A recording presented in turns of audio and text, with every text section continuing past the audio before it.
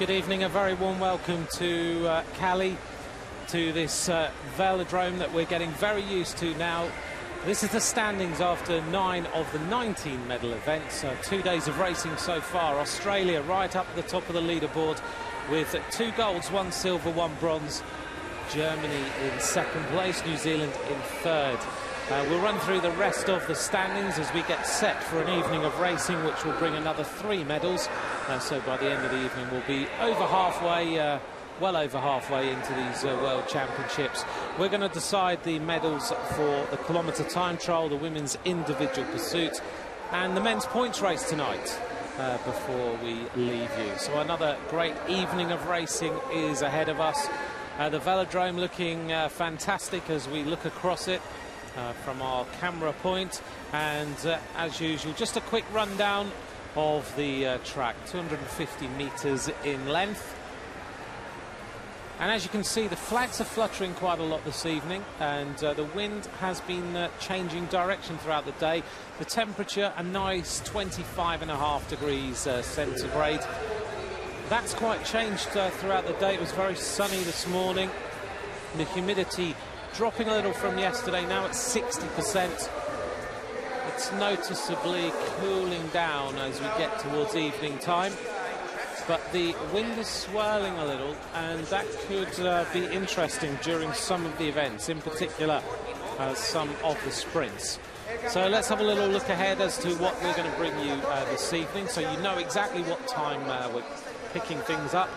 So right now in Cali it is 6:25. We're 5 minutes from the start of the men's 1 kilometre time trial. That will be the first medal that gets decided this evening. The women's individual pursuit at 19:45 our time. We've also got the women's sprint throughout the night, featuring of course Anna Mears as she tries to go for her 11th world title. The men's omnium's been going on throughout the day, this morning and during the afternoon, and we'll also bring you the men's points race at 9:25 our time here in Cali. That will be a straight final.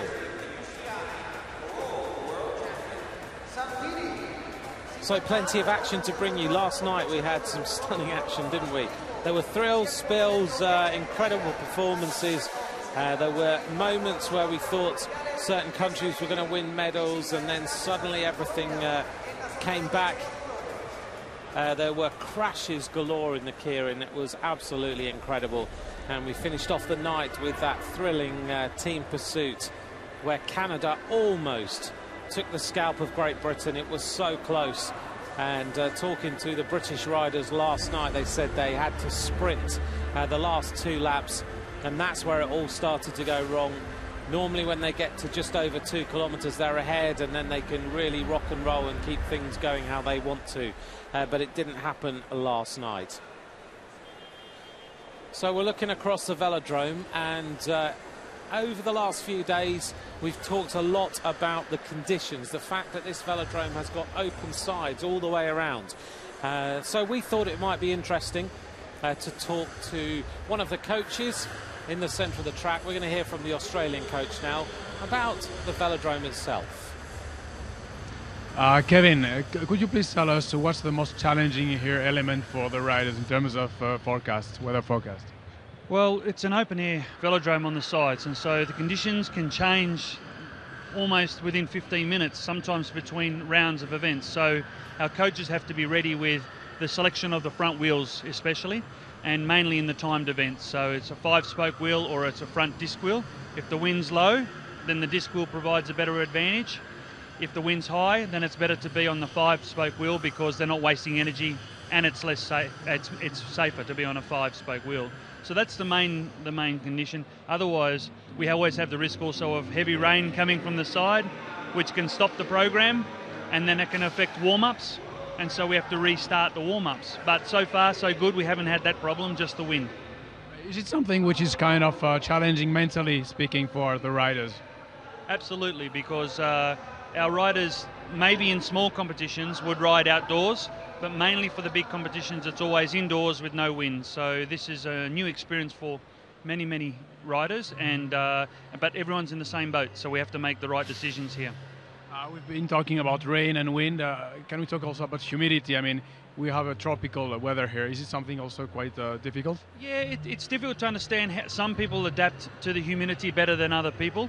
But also we're here at 1,000 meters, and so it's just starting to become a little bit more difficult. Not too difficult, but a little bit more challenging in the long races, particularly the points race and the scratch race. Last question, we have also the jet lag. I mean, time difference. I guess this is something also which is even more challenging for them. Especially for Australians, because we come from a long way away and we have the greatest time zone change. For Europe, it's only 5 or 6 hours. This is not a big problem. When you start looking at 7, 8 hours, yes, it takes more time to adapt, sometimes nearly 1 week. Thank you very much. Pleasure.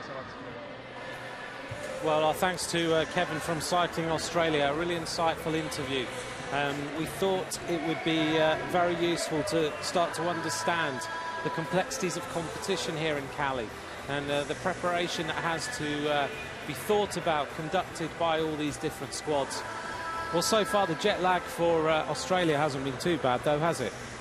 They've managed to deal with it very, very well indeed, and that comes down to the attitude of their athletes and also the preparations that they have made sure they have done. But that time difference for their athletes is very, very difficult. I must admit, I travelled over from Great Britain, and Kevin mentioned that.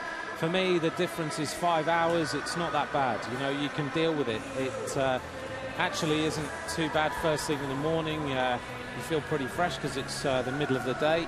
Later on in the evening, a little bit more difficult. But gives you that idea of the things that they've got to do. They've got to think about front wheels. I've been talking to a lot of the athletes here in the centre of the velodrome, and particularly the sprinters in the qualification this morning were saying, I've really got to think about what I'm going to do. Do I use a disc wheel on the front? Do I use a 5-spoke wheel? What is important and what's going to help me go as fast as I possibly can? And interestingly, if you look at some of the riders who chose 5-spoke carbon wheels as opposed to disc wheels, they did go very, very quick. So, little insight for you as we get ready for the kilometre time trial. And the riders will be taking to the track. 15 riders competing for this medal. The first to be decided this evening. And here we're going to go with the start list of the riders that we're going to see. First off will be Michael Dalmeida, the silver medalist 3 times in this kilometre time trial. Running through to number 8 there, Fabian Puerta. What a popular rider he was last night. He's been all over the television here in Colombia, so he's looking pretty famous already. Great performance in that keirin to take the silver medal. We then run through to the last riders to go, of course, with the New Zealander Simon van Velthooven, the silver medalist in 2013. Also took a bronze back in 2012. And the defending champion is Francois Pervis, who won the keirin last night. There he is, right on cue, sporting a very nice pair of Star training tights. He's a bit of a flamboyant character, really quietly spoken, but he's always got a smile on his face. I saw him first thing this morning. He was actually sitting in the tunnel under the track on his rollers at 10:15 this morning, and I said, well done on last night. Did you get any sleep? And he was like, yes, I got sleep, I'm fine. Today's a big day. He needed to make sure he was okay for today's competition. Don't forget, you can join me on Twitter if you would like to, @AntMcCrossan is where you can send me any messages. I've appreciated all your messages over the last few days. I hope I've managed to answer some of the questions that you've posed to me as well. And many people have helped me with information when I haven't known it. And that's good, because it gets you to interact with exactly what's going on with our coverage of these Cali World Track Championships. Our first rider then getting ready in the starting gate. This is Michael Dalmeida, bronze medalist in the team sprint already during these World Championships. A silver medalist in the kilometre 3 times. So he's looking here to try and take the gold medal away from his teammate Francois Pervis, who won last year.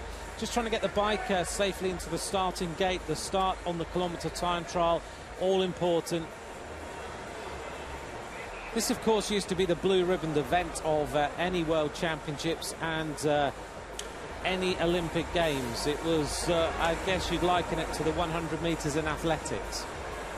No longer an Olympic discipline, but still many riders like to compete in it, and they ride it in the World Championships. We run through the last few riders to win these championships. Pervis for France last year.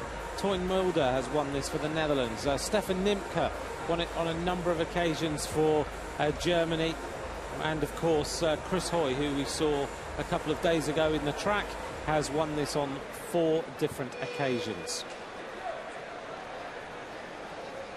Dalmedia then in the starting gate, the first rider underway in just 2 seconds. Dalmedia lifting the front wheel a little bit, and he's got to get right on the top of this gear now. We'll see what his time splits are. 4 laps of the track. You'll notice the little foam cushions down there at the bottom of the track to make sure the riders do not go down onto the Côte d'Azur, the blue bit down at the bottom of the track. The opening 250, 18.392. And Dalmedia now onto the aero bars, the skis, as many of these athletes call them. And now he's going to try and lift up the tempo. 31.7 for the 500-metre point. And he looks pretty consistent. He's very, very experienced in the kilometre time trial. 45.876 for the 750. And now this is where it really starts to hurt. This is the bit where you have to dig in hard and make sure that you drive all the way to the line. Dalmedia, shoulders rocking, hits the line in 1:1.154.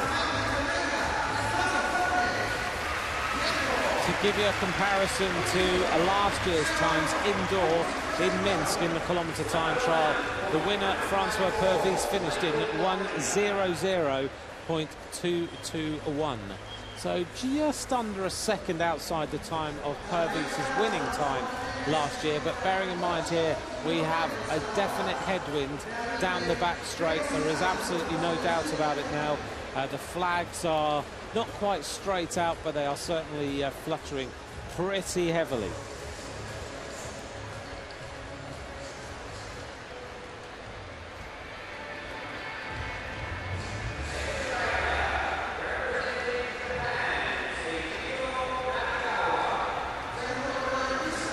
The next rider then to take to the starting gate.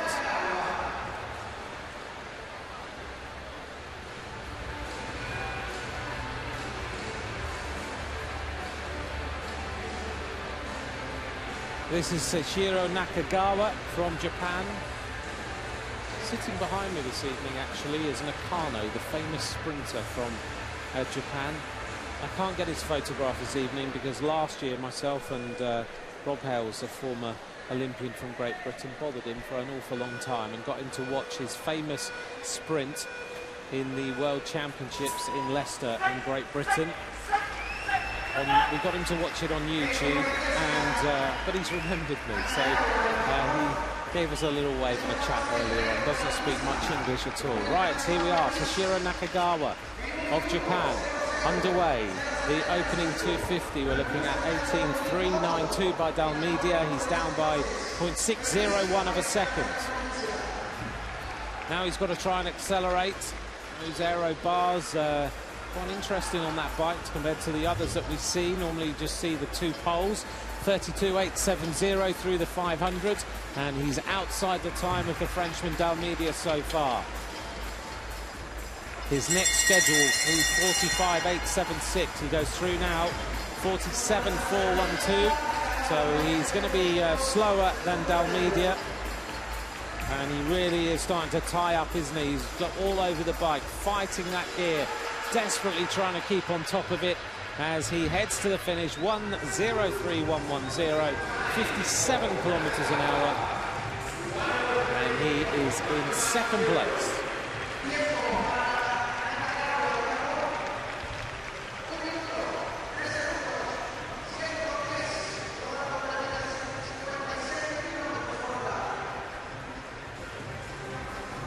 So the replay then of Nakagawa of Japan.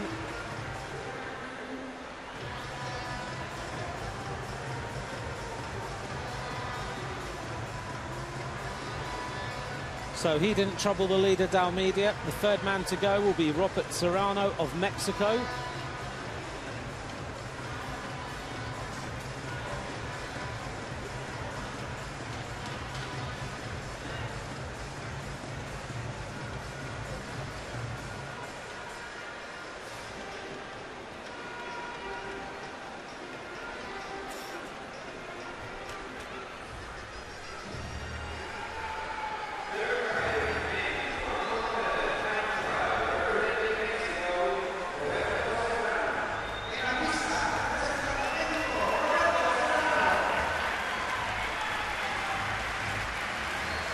The next rider takes to the start then. This is Robert Serrano of Mexico in the green and white kit.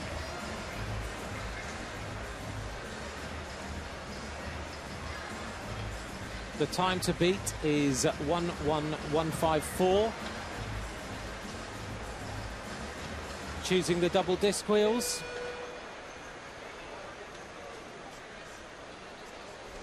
The opening 250, 18.392 is the standard set by Dalmeida so far. Driving out of the starting blocks then. And we'll see what sort of time Robert Serrano can put in. Onto the aero skis now, trying to stay down the track onto that black gauge line that we have talked a little bit about. That's where the track is measured. It's the fastest way around the velodrome. Rocking a little bit as he comes out of that turn 4 into the home straight. 32.806, so just over a second down on the time of Dalmeida so far. It'll be interesting to see whether we ever see the kilometre time trial back in the Olympic Games. The bell goes. He has got a time to beat of 1:11.54, the Mexican rider. And now he's coming into the home straight. He's going to be outside the time. He goes second quickest, 12.968.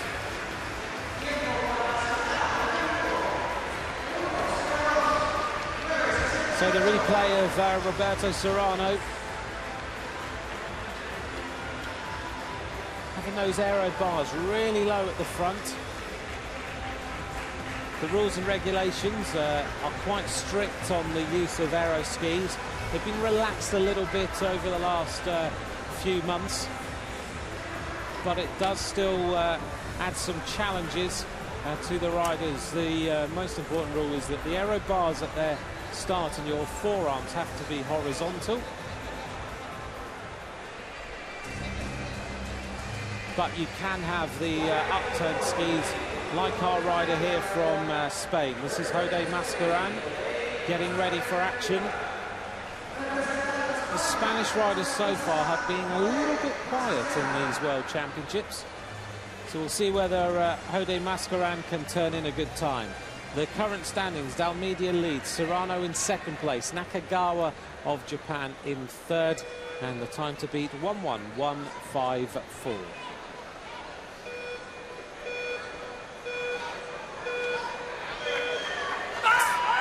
Mascaran then getting started out of the blocks, trying to concentrate on keeping those arms nice and straight and powering through the pedals, just getting the bike up to speed, trying to use, not waste any energy, keeping all the momentum going forward. The opening 250 is 18.997. That's the slowest time we've seen in an opening 250 so far.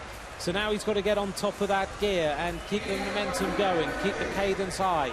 He is moving quite a lot on the bike. 0.798 is the difference. He's now second fastest, so he is accelerating. He looks like he's put a bigger gear on the bike. Heading up to the bell lap, and the time to beat, 1:11.54. Bouncing around a little bit, you'll notice on the saddle. Hasn't got the position quite right under extreme pressure. So Mascaran heading up towards the finish line now. He's going to hit it in 1:2.041, and Mascaran is good enough for second place so far.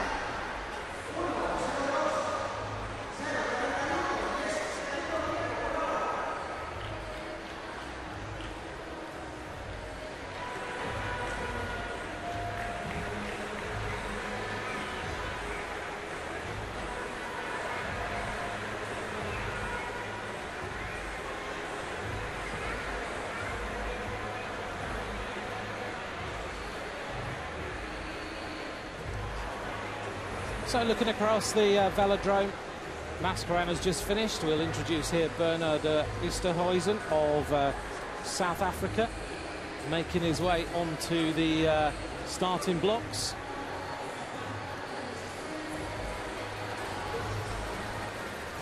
Now, I was told, Shane Archbold said to me that this guy is copying his famous haircut.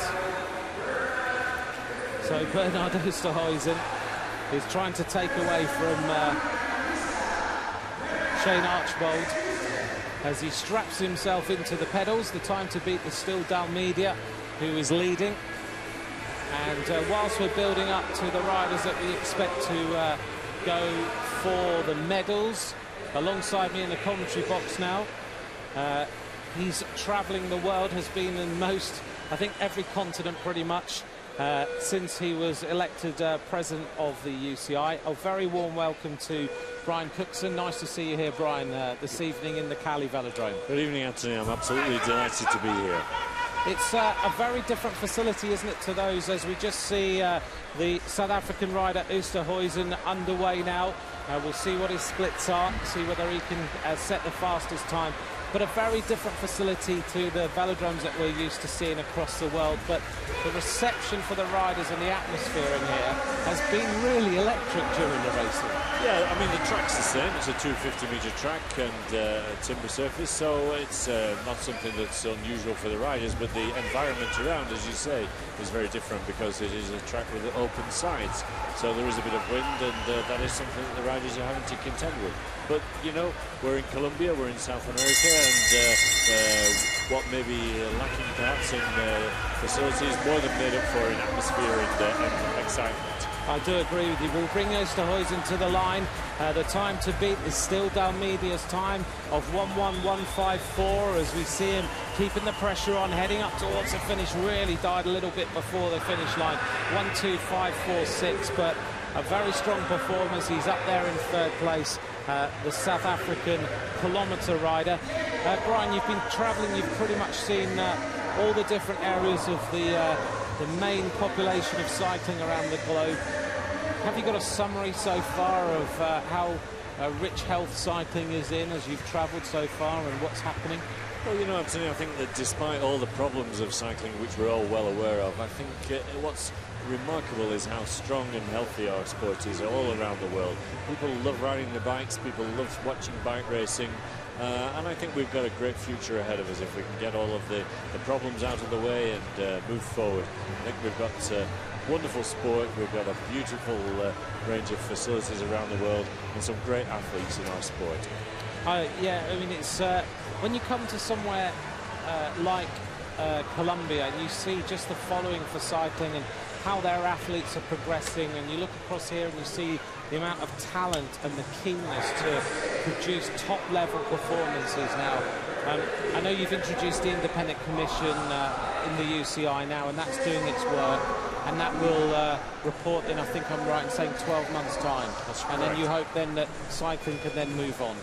Well, I think it's important that we do move on, but at the same time it's important that we learn the lessons of past mistakes, and that's what the Commission's there to do, and that's what I want to do, and I'm urging everybody to come forward, then everybody that has a story to tell, everybody that has evidence to give, to go and talk to the Independent Commission.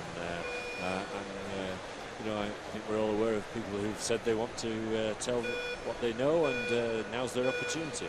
Absolutely. Let's introduce then Thomas Barbek of the Czech Republic, getting his kilometre time trial underway to try and beat this time of Dalmedia.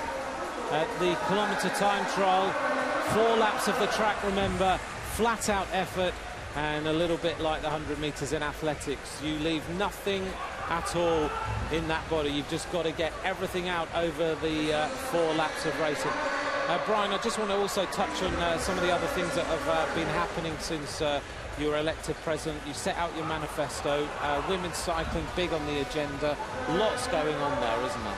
Absolutely, and I want to emphasise that there's not a switch that you can flick that will suddenly put all of the problems right. So what we've got to do is work consistently and assiduously, as hard as we can, to make sure that we develop our sport in the right way. So one of the things we've done is, for instance, we've We've elected Tracy Beaudry as the first woman vice president of the UCI. We've established a women's commission under her presidency, and we've got women involved in each of the specialist discipline commissions of the UCI. Not there as token women, but there because of their expertise and experience. And it's really important that we hear women's voices, we hear how they wanted to help or we can help them develop the sport that suits them in a way that suits them.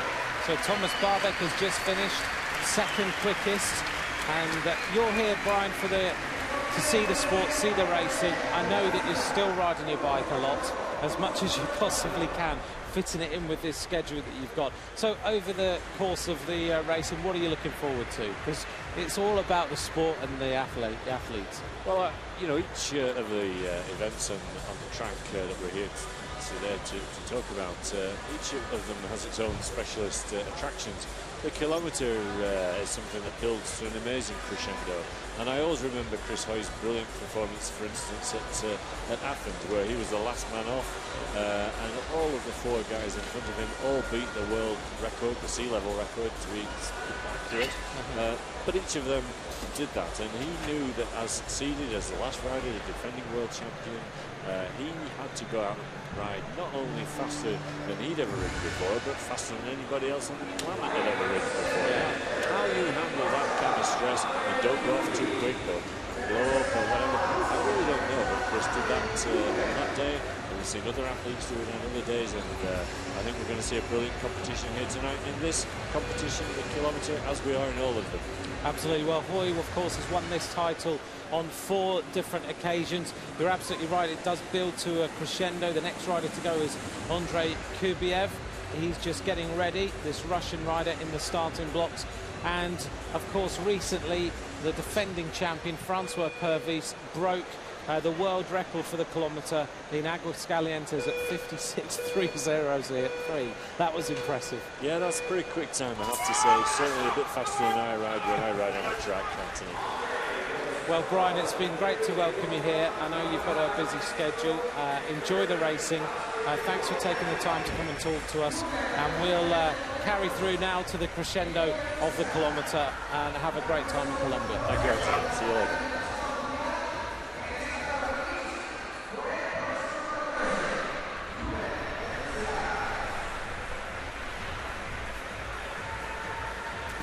So thanks very much to Brian Cookson for taking his time to join us here, giving us a little bit of insight as to what's been going on and not dodging the issues of the independent commission. And of course, great to hear about women's cycling, and of course the Australian Tracy Beaudry doing so much good work with that commission and getting things moving. Lots more to happen in women's cycling over the 2014 season.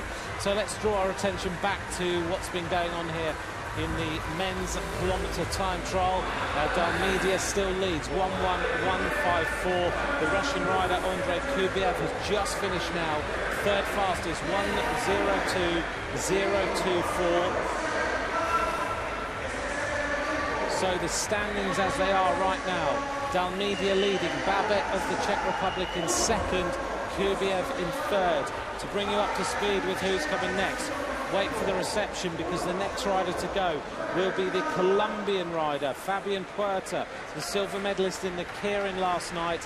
And this crowd, I am sure, are going to go wild. It's very busy in here tonight.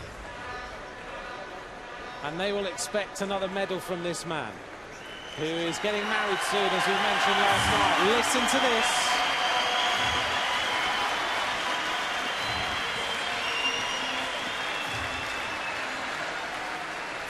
They know how to party in Cali.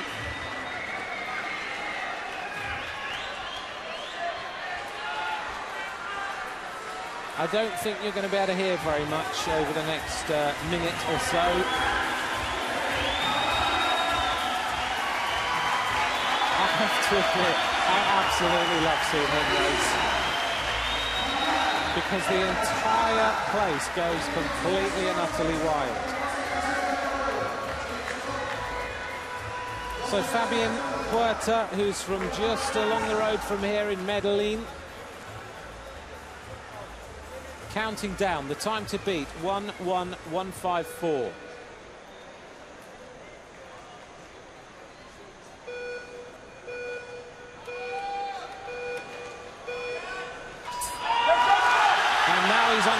to a crescendo here in Cali. He's going to get that gear rocking and rolling. He's already got the silver medal. Can he now add to the tally? So we're looking for an opening 250, fasting 18.392, and he's pretty close. 18.564. Has he gone off too quick? Now he's going to really kick it over this 250 now. And he'll head up towards the halfway point. 31.734 is the time to beat. He's fastest, and the crowd are going to love this. He is fastest over the 500. So, has he got much left in the tank? He looks like he's suffering just a little bit now with 1 lap to go. 45.876, he's still faster. 45.609, trying to beat the time with Dalmedia. His shoulders are all over the place. He's sucking in the oxygen, and now we'll see whether he can beat the time. 1:11.54, hitting the line, and he does it.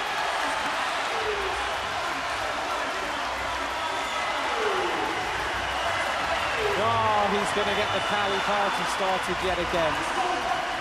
1:11.10. Can hardly hear myself in here now. It's absolutely electric.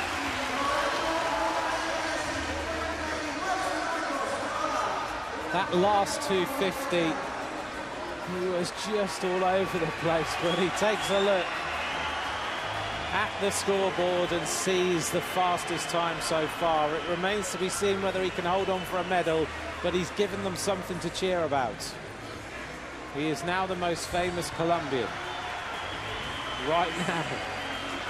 There's the standings then. Fabian Puerta, 1:11.10. Dalmedia now in second. 1:11.54. Barbet now in third. There's the rest of the top 8.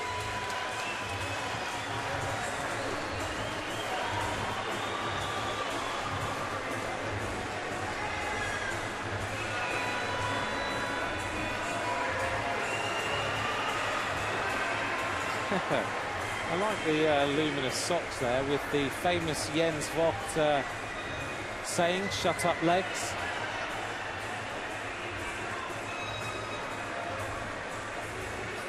So this is the Polish rider.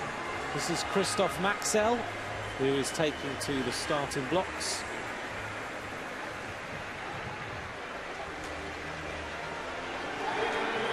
So can he now produce a performance that Jens Vogt would be proud of? He's even got luminous laces to go with it. Bit of Polish retro going on here. And we're playing the Europop in the background as well, just to keep him going. So he's getting those straps done up really tightly. Great shot there of the clips, clipping in the pedals that we all use on the road. And then doing them up with the double straps over the top so he doesn't pull his feet out. It's such a powerful start to the kilometre time trial.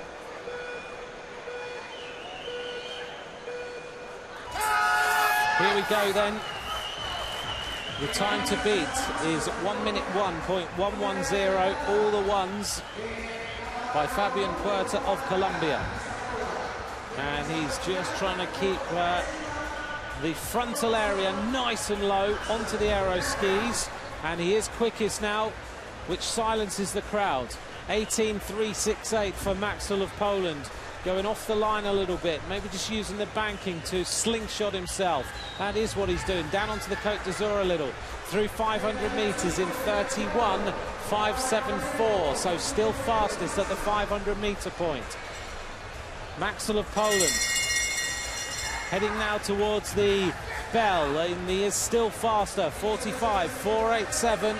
The time now to beat of Puerta, to drop him down into the silver medal position, but he is starting to struggle now. The head goes over to one side under extreme pressure as he hits the line now, and it's a good time, and it's good enough for first place. 1:00.533. He gets some appreciative applause. It puts Puerta down into second place. 59.471 kilometres an hour, and Maxel now is the leader.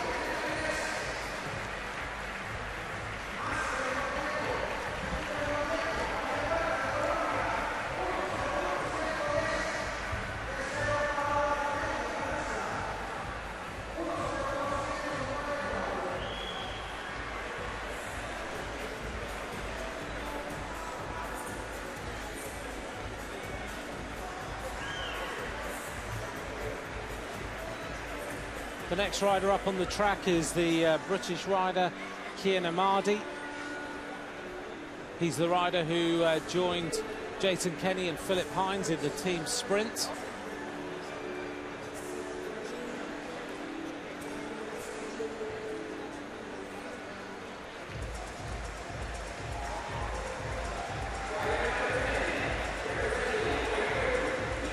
Good notice Keirin, got the really flat bars there, and they've got a little hook on the front to make sure that you've got somewhere for your hands to press against, so that under the pressure they don't slip off the front of the skis. I would expect Amadi to produce a good time here. 1:00.533 is the time to beat.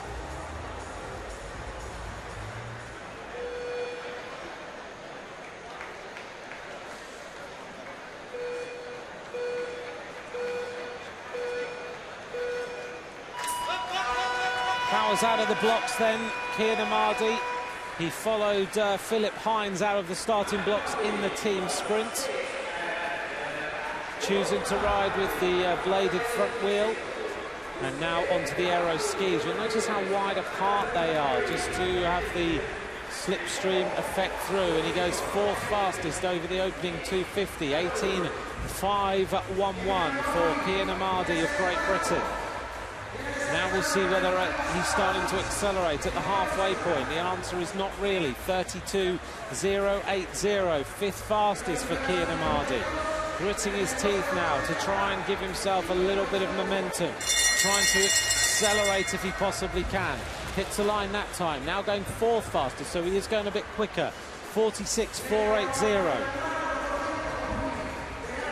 Keirin now sucking in the oxygen, just trying to get to the end of this 1 kilometre and put himself in with a chance of a podium. Hits the line now, 1:2.220. He faded over the last 250. So Keirin down in 7th place for Great Britain.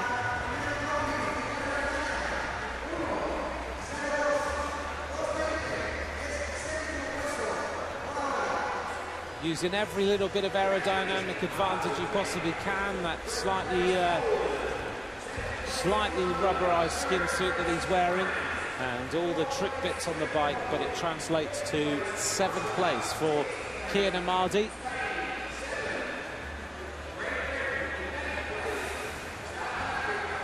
Five riders left to start now in this kilometre time trial. So in about 8 minutes' time, we will know who the gold medalist is. The next rider to take to the start then is the Dutchman. He won the sprint in the World Cup in Guadalajara. He's also the Dutch kilometre champion. This is Hugo Hack, who's about to take to the start. Really powerful bike rider. Got his power meter on the bike, recording all the data.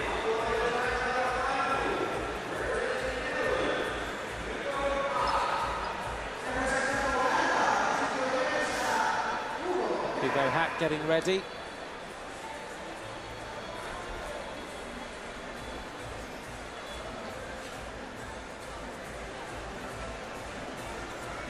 Last little bit of instruction from the coach, giving him a last little bit of motivation, going through the same ritual they have gone through in training.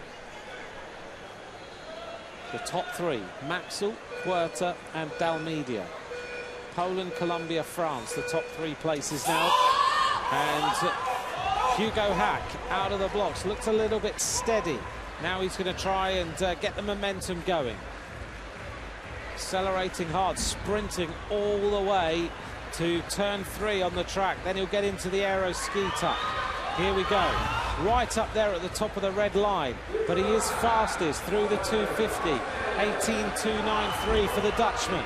So he's looking good. He's bouncing a little bit on the bike as he goes round that 250 metre to make it 500. Now he's slowed a little.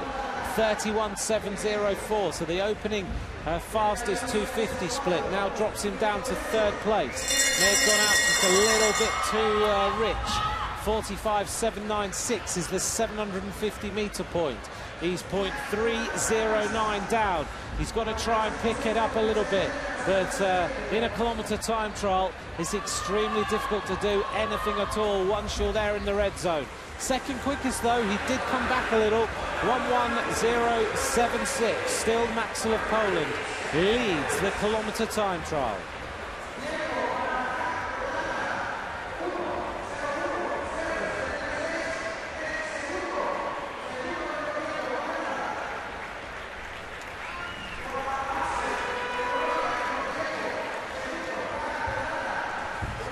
Nice replay then of Hugo Hack in action. And the standings then, with 4 riders left to go. Krzysztof Maxel of Poland is the leader, ahead of Hugo Hack now in second place, and the Colombian Fabian Puerta holding on to the bronze medal in 1:11.10.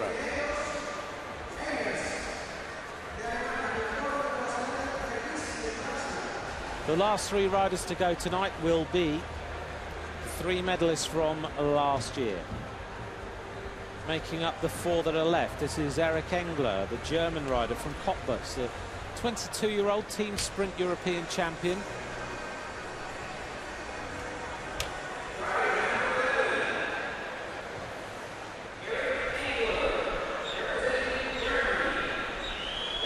Notice the red thing on the right-hand side there on the forks, that's the timing chip.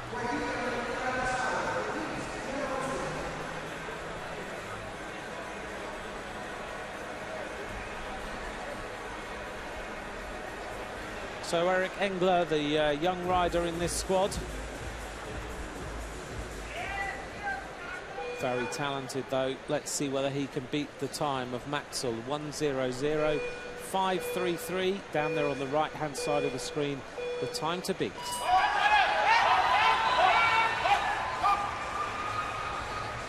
Good start from Engler, as he really revs it down the back straight here. Looking down, I think he was wondering whether he had a little bit of a problem. I don't think he has. Maybe the back wheels slip him a little bit under the pressure, but he is fastest. 18:137 for the German from Cottbus, Erik Engler. Can he beat the time now of Maxel and go top of the leaderboard? Give himself a shout of a medal. 31.462 is the fastest 500 so far. Now he's into the back straight with that headwind, still pretty hefty round there. Really hurts your body as you try to power your way through it. Still, no, he's gone slightly slower. 45.646, so Maxel still could be the leader at the end of this. He's starting to tie up a little bit as he goes round the last couple of bends. Can he beat it? Erik Engler hitting the line now, and he's fifth, 1:13.27. Really faded.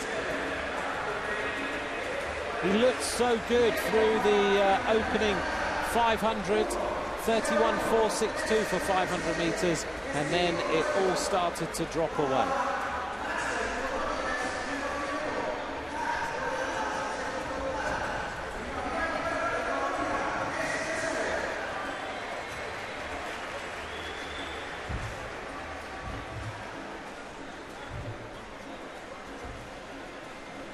Well, this should be the business end of things. If form translates and the medals of last year are anything to do with the form guide, we can also take the fact that Francois Pervis won the keirin last night. He's already set a world record at 1 kilometre in the last 2 months.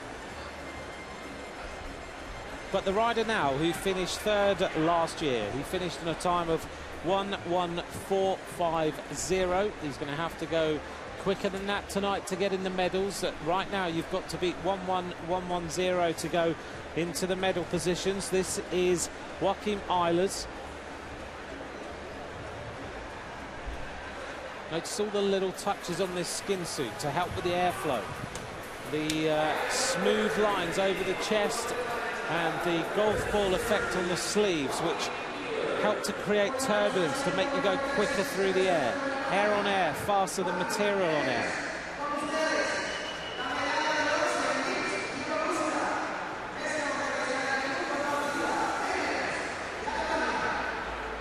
Joachim Eilers then. Can he make sure He follows up the bronze medal of last year with another medal on the board.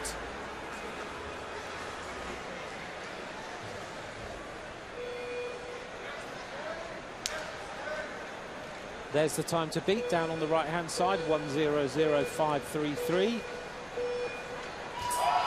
And now we're underway. So it's all about the, to me, the last 500. The wind is still strong down that back straight as he tries to keep the frontal area nice and low down that back straight. Heading towards the completion of 250s, third fastest, so a little bit steady through the 250 point.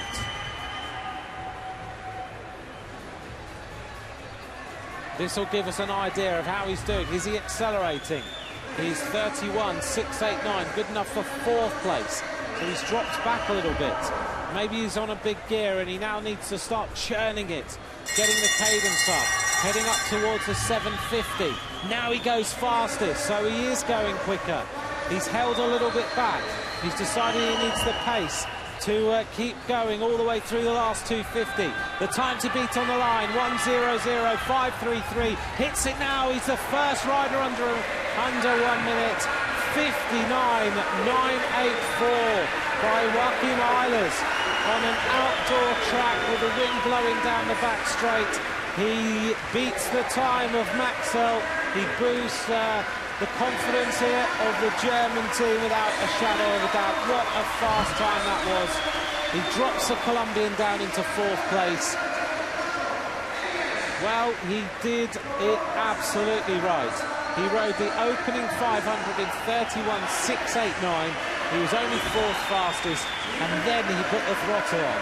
45.433 through the 750, and then at the finish, the first rider to go over 60 kilometers an hour, and there's your leaderboard with two riders left to go.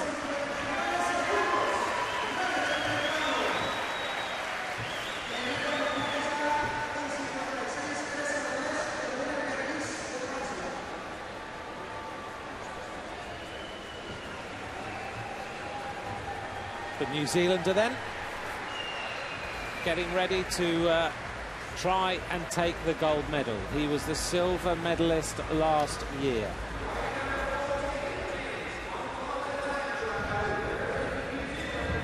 Only two riders left to go. Simon van Velthooven, last night not a happy man. He was disqualified for overtaking the Derny bike in the keirin.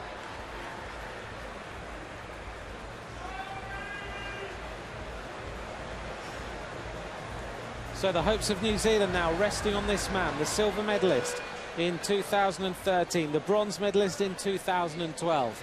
The time to beat is 59.984, which is a fast time on this outdoor track, but we are at 1,000 meters of altitude. The New Zealand camp is really high on morale right now. Can they go for gold? So Simon van Velthooven, let's see whether he goes out really quick. He doesn't. 18.897. Is he on a massive gear? Is it going to take him 2 laps to get it turning the way he wants to? Such a powerful bike rider. Now he's going to head round to the 500-meter point, and he's going to hit the line in 32.206. 9th fastest for van Velthooven, but I've seen him do this before. Now he needs to start to turn the gas up. Has he got anything left? He hits the 750. Now he's 7th fastest, 45.899. But the style of van Velthooven is that over the last 250, he normally accelerates really hard. Is he going to do it? Heading up towards the line. No, to me, he looks like he's going a little bit slower. He hits the line now. Oh, he isn't. 1:00.518. Well, he was under real pressure, but he did what he normally does. That is, he accelerates really hard over the last 250, and he's put himself in with a chance of a medal here. He's guaranteed something. The question is it going to be the silver, or is it going to be the bronze? Well, only one rider left to go, and that is the defending champion. Well, he looked to me like through that last turn he was all over the place, but As I said, normally Van Velthooven's tactic is slow, slow, little bit faster, rocket over the last 250, and that's what he managed to do.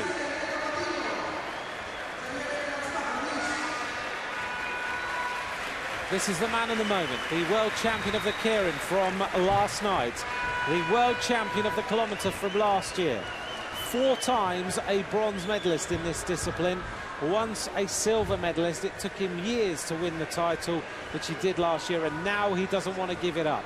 His morale totally at sky-high levels. Can he win 2 golds in 2 days?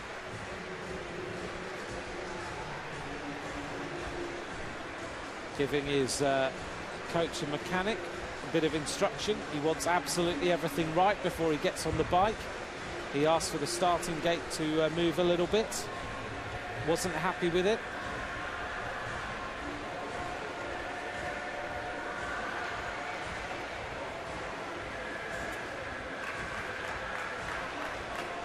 The top 3 then. Eilers leads, 59.984, the only rider under the 1 minute mark.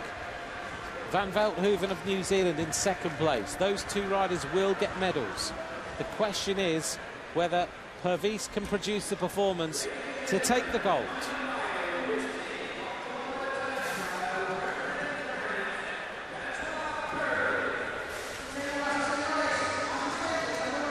Thanks for all your messages. At McCrossan is where you can catch me if you'd like to.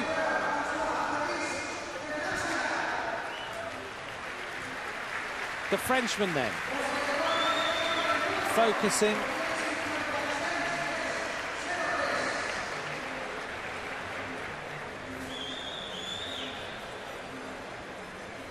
Eilers riding the first ever sub 1 minute kilometre at a World Championships. And considering the conditions here, that's a very impressive performance. Pervis has to really rocket his way around this track. He's a world record holder. 56.303, the time in Aguascalientes at altitude on an indoor track. He beat the time of Arnon Tournon, which was set in La Paz in Bolivia, which was just under a minute. Here we go now, as we see Pervis go through. 17.778 for the opening 250 by Pervis. He's absolutely on fire. Hits the line now. 38.03 from Pervis. He is blitzing his way around this track. Can he now produce a stunning performance? Here we go. He's going to get the bell now. He hits the 750 in 44.495. Has Pervis gone out too hard? Has he got something left? He's giving it absolutely full throttle round the last couple of turns. Pervis heading up towards the finish line. He has smashed it, 59.385. He takes the gold medal by 0.6 of a second. He has backed up his world titles. What a performance from the world record holder. You really have to marvel at this. He gets out of the blocks. He puts the heat on. Through the 250 in 17.778. The only rider under 18 seconds. Follows it up with a 30.803 500 metre and then translates it into a 59.385. 2 riders have beaten the 1 minute mark ever in the World Championships, and it's the gold and silver medal riders tonight.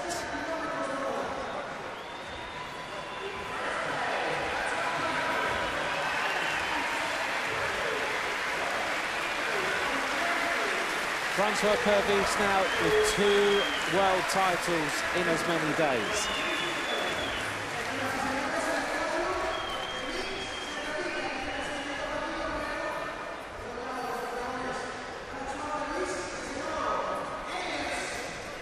There's the result then. The gold medal goes to France, 59.385. Joachim Eilers of Germany takes the silver in 59.984. And New Zealand get another medal. Van Velthooven in 1.00518. Here's the rundown of the rest of the 15 riders in tonight's kilometre time trial. Well, you've witnessed a little bit of history tonight.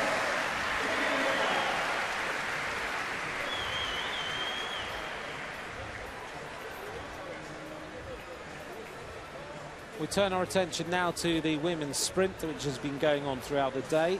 And this is the start list for the quarter-finals.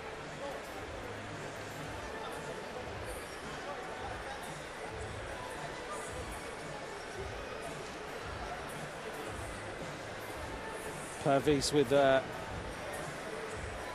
all the cameras around him, everyone looking for shots of him as he gets off the bike. You may remember, as we get ready for this women's sprint, years ago, as the draw for the sprint, but years ago when Arnold Tournon, Pervis is holding his bike up. Years ago, when Arnold Tournon set a world record of a kilometre under a minute, he had to be lifted off his bike in Bolivia at altitude, and his skin suit had to be cut off him because he didn't have any energy left to take it off. Tonight, Pervis is walking away, lifting his bike above his head. He looks pretty wrecked, but that was a very impressive performance.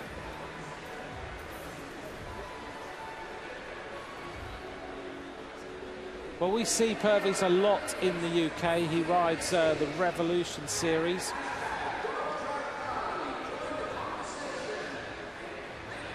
But let's now start to think about the women's sprint. We've seen the qualifications throughout the day, just to bring you up to speed with that.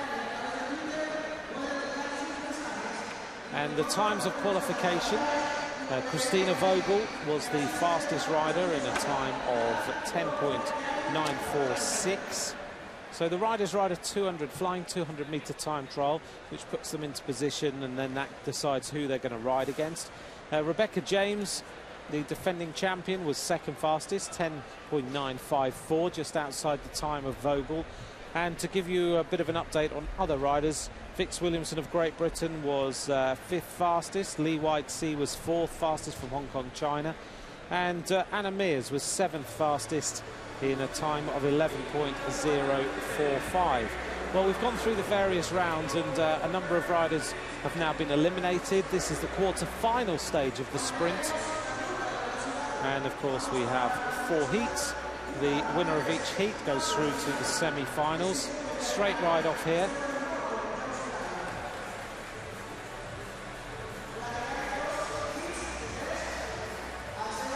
There's Christina Vogel, just getting ready for this competition. The fastest qualifier then, the silver medalist last year, to Rebecca James.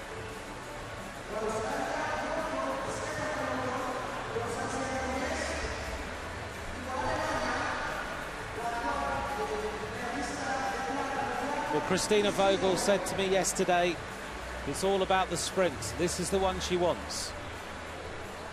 Looks across at the rider who is going to take her on. This is Stephanie Morton of Australia, who those of you will know and remember, she piloted Felicity Johnson in the Paralympics. Has been part of the Australian programme for a number of years and is now focusing on her individual discipline here in the sprints. Got a personal best of 10.72 for the 200 metres. She rode 11.112 in the qualification, and she had to race through what we call the repechage. She was knocked out, and then the repechage gives the riders one last opportunity to come back. So she rode against Virginie Queff of France and Victoria Williamson of Great Britain, and she won that nicely. But she's now up against Christina Vogel, the rider who desperately wants this world title. But it's just one ride this round, so you get it wrong and you go out. Morton up at the top of the track, looking across at Christina Vogel, who is a real tactician, very, very quick. Morton's going to have to use all her thought processes, everything to try and beat Vogel. She almost shut the door on her there. They get the bell, and Vogel could have messed this up because Morton dived inside the sprinters line, and once you're there, the rider cannot go inside you, and Vogel's going to have to go the long way round. Morton unable to keep the momentum, and Christina Vogel goes through, having to have worked a little bit hard there. She almost had a problem. Look at this. You don't quite see the replay, but Morton did the right thing. She dived inside that red sprinters line, which meant Vogel had no other alternative than to go round the outside.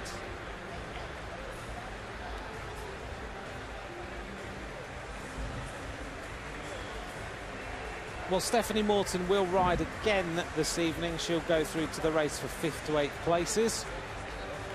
But Christina Vogel now makes her way into the semi-finals of the women's sprint.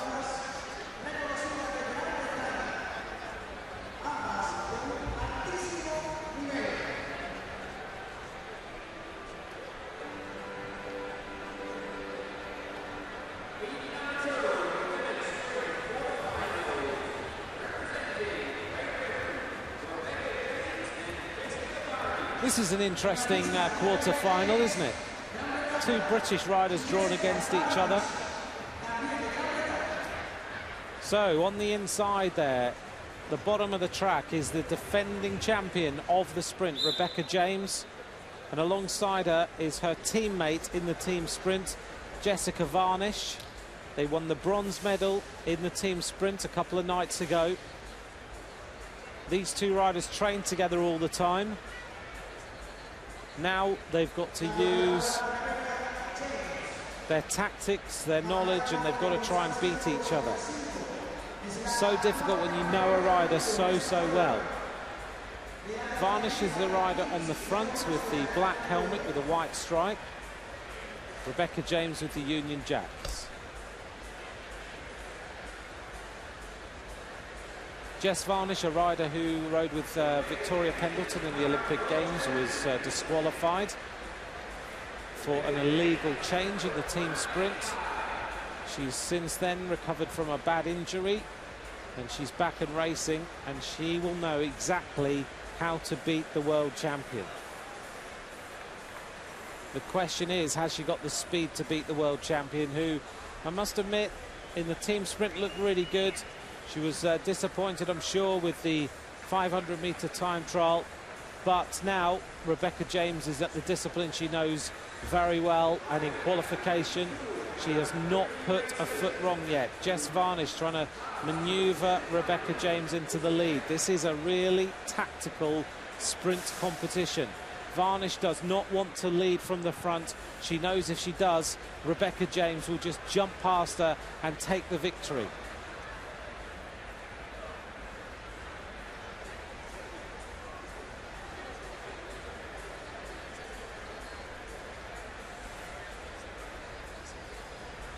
Varnish goes down to the bottom of the track. Her dad, a very good bike rider as well. Runs a sprint club. Got a lot of members in it. Varnish, oh, look at that. They almost collide. Rebecca James looks round at Varnish there. She dives inside the sprinter's line now, and she's going to put the gas on. She knows Varnish is very fast. Varnish now accelerating to try and get on the wheel of James, and then she'll try and challenge her around the outside. Rebecca James going for the line. Who's going to get it? Varnish takes it. Jess Varnish dismisses the world champion. She got that one absolutely perfect. Well, the youngster here, look at this. Rebecca James dives down the track. Varnish has to try and go round the outside, but look at this. Look at the speed of Jessica Varnish as she goes round the outside and pushes that bike forward. She has got rid of the world champion. That is a big turn up for the books here. So Rebecca James will play no further part in going for the medals here this evening.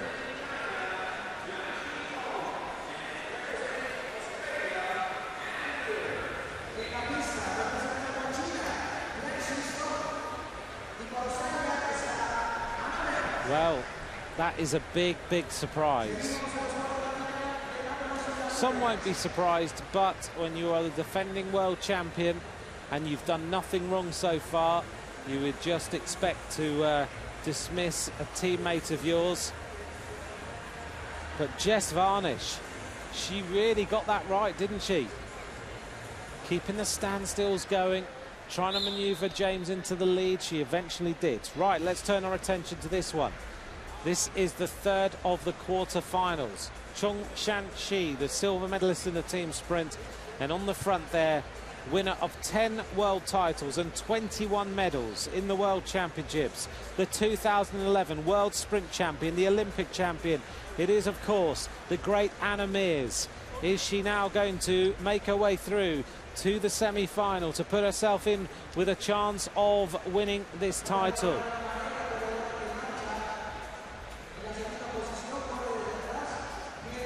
Just been asked a couple of questions on Twitter about the rules of the sprint.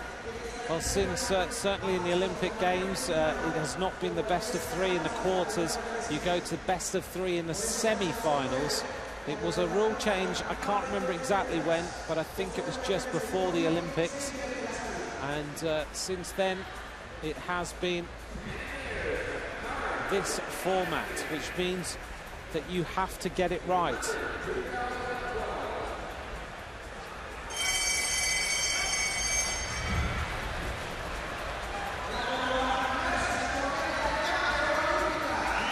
So going down the back straight now. And it's Anna Mears who is trying to race up there and beaten to the line.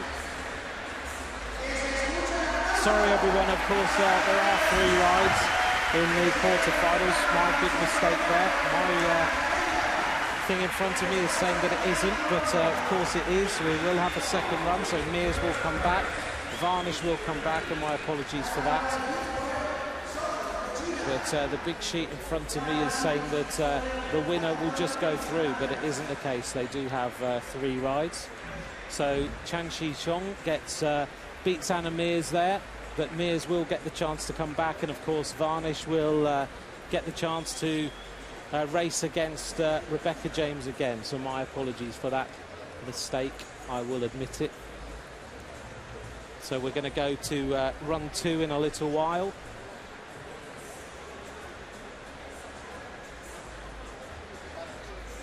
Lee White-Sea coming out on the track. Lin Jung-hong is going to be against her, the Chinese rider.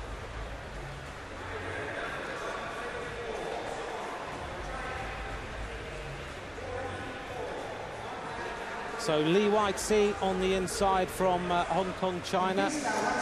Lin Jung-hong alongside her from China.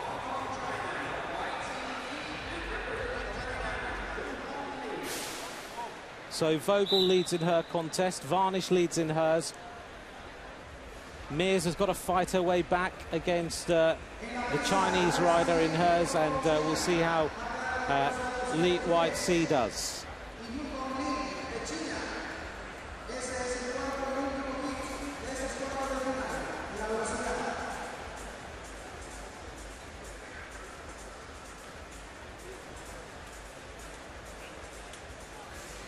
Lee White-Sea in the earlier rounds was having a few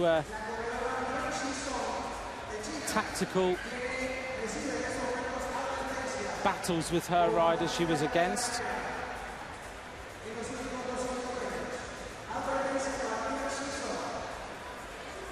And in the previous round it was 1 straight ride, so in the quarters we are into 3 ride-offs between these riders for the next round into the semi-finals.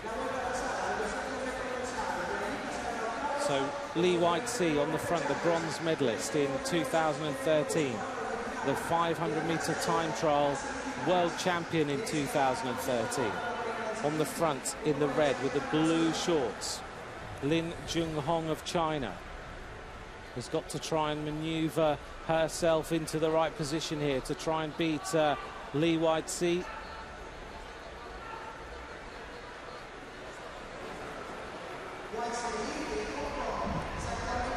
Right up to the top of the track then, and Lee White-Sea on the front. She's very, very quick.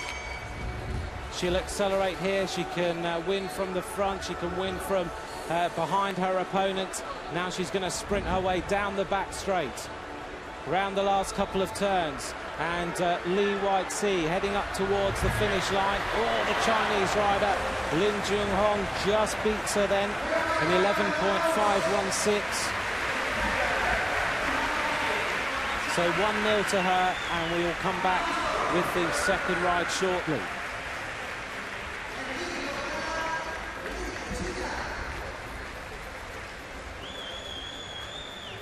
There's the replay as we see Lin Junhong hitting the line and going 1-0 up against Li Weixi.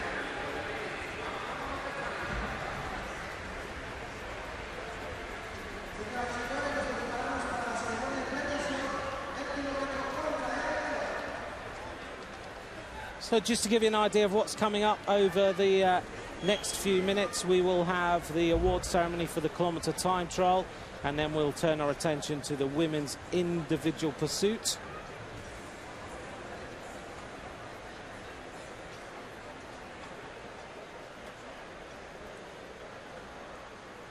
Looking across the track then as we get ready for the award ceremony of the men's kilometre time trial. Well, we've seen a great bit of history made this evening with two riders beating the 1-minute mark in the World Championships in the kilometre time trial, and the winner of course was the Frenchman Francois Pervis. And before the presentation of the kilometre time trial, let's hear from Francois Pervis now. Francois, congratulations. You won 2 gold medals. Fantastic. Yes, today it's my second gold medals. It's the first time for me. I win 2 gold medals in World Championship. So I'm so happy because it's my goal. Win keirin and kilo. So for the moment, all is good. Comment fait-on pour avoir des objectifs, qu'on arrive à atteindre des objectifs aussi élevés? Bah, on est entraîné pour, tout simplement. Je m'entraîne comme tous les autres concurrents, mais je connais mes qualités, j'ai encore bien progressé ces dernières années. J'ai très confiance en moi, ça aide énormément.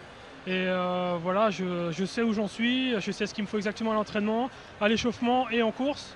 Donc maintenant, j'ai 29 ans, je me connais sur le bout des doigts et j'arrive à m'ajuster, à m'adapter pour être au top sur 2-3 jours comme ça par an. Et c'est comme ça que j'arrive à enchaîner des bons sprints sur un week-end. Il reste le sprint justement, hein, donc la vitesse. C'est quoi l'objectif là? Ce serait bien d'avoir, comme on dit jamais 203. Ce serait bien d'avoir une 3e médaille d'or. Je sais que ça va être difficile. L'année dernière, j'ai fait 3e. Ce sera mon objectif minimum, de monter sur le podium. Après, c'est sûr, j'ai un keirin et un kilomètre dans les jambes par rapport à mes adversaires qui sont frais. S'il y en a, ils n'ont pas du tout fait le keirin ni le kilomètre aujourd'hui. Donc ils seront frais. Mais je suis motivé, je sais que je suis en forme. Donc on pourra toujours compter sur moi demain et j'espère après-demain pour la finale de vitesse. Bravo et merci encore. Merci. Great to hear from Francois Pervis as he gets ready to go to the victory ceremony now for the kilometre time trial.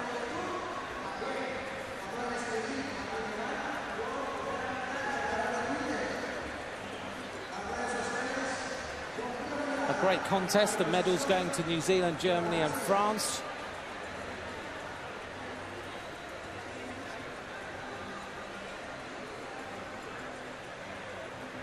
Well, Simon van Velthooven will be a lot happier this evening after the disappointment of the keirin yesterday.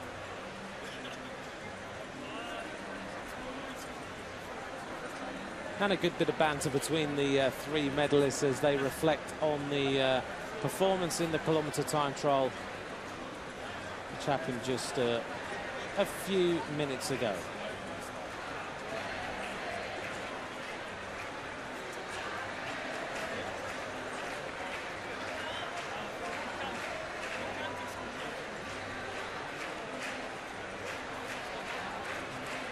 So coming up will be the individual pursuit for women, the 3rd and 4th place ride. So going for the bronze medal and then the ride off for the gold.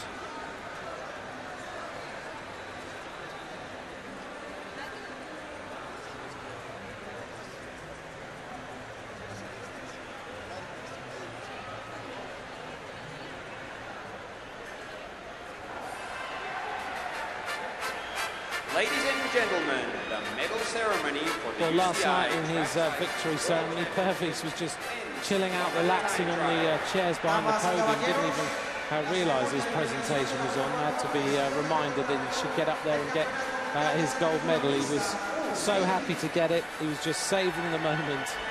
And here we are with the presentation of the kilometre time trial.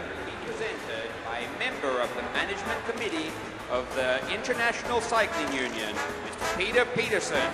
Las medallas y camisetas del Campeonato Mundial UCI serán entregadas por el miembro del Comité de la Unión Ciclista Internacional, señor Peter Peterson.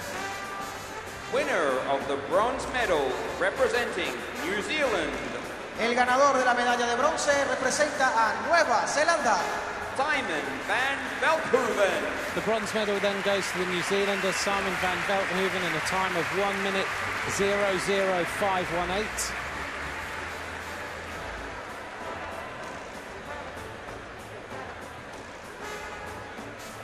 Winner of the silver medal representing Germany. El ganador de la medalla de plata representa a Alemania. Joachim. The silver Eilers. medal goes to the youngster from Germany in a time of 59.984. A very fast 1 kilometre time trial. He must have thought he was close to that gold medal before Pervis hit the track and went rocketing round it. Time trial gold medalist and winner of the UCI World Champions jersey representing France. El ganador de la medalla de oro en la prueba kilómetro contrarreloj hombres del Campeonato Mundial de Ciclismo de Pista UCI y ganador de la camiseta del Campeonato Mundial UCI representa a Francia. Francois Pervis. The Frenchman Pervis takes his second gold medal. 59.385, an average speed of over 60 kilometres an hour, 60.621 kilometres an hour around this track. He pulls on the rainbow bands and he'll be presented with the gold medal as the world champion. This is the one he wanted to defend his kilometre time trial title. Pervis, big smiles, goes home already with 2 goals. Flowers will be presented by a member of the International Olympic Committee and Minister of Sport for Colombia, Mr. Andrés Botero. Las flores son presentadas por el ministro del Deporte en Colombia y miembro del Comité Olímpico Internacional, Presented now with the señor flowers, Van Andrés Botero. Velthooven, Eilers and Pervis. And then we'll have the national anthem of France.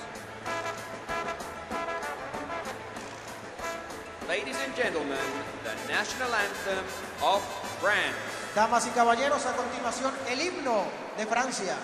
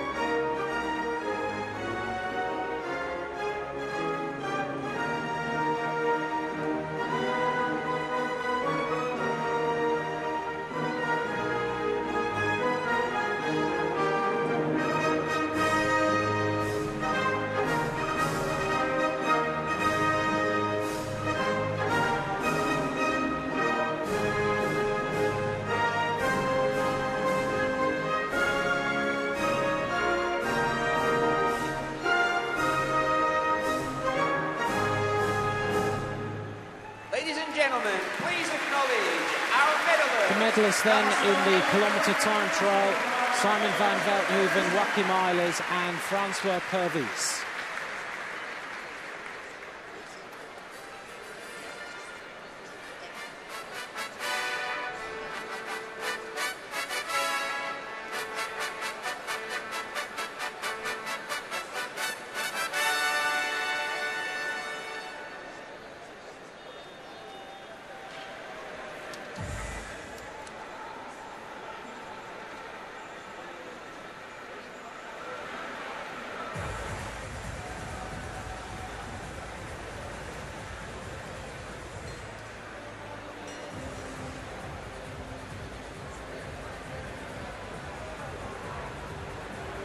All smiles then from the Frenchman. Next on the agenda tonight will be the individual pursuit. Don't go away, because we've got some great riders in this individual pursuit. Here we are. This is the lineup. The Australian Amy Cure going to try and take the bronze medal against Ganna Solovey. Amy Cure from Tasmania, the bronze medalist in the team pursuit already. Silver medalist in this discipline last year. We'll see whether she can get the bronze. And then the ride between Sarah Hammer of the United States and Joanna Rousel of Great Britain.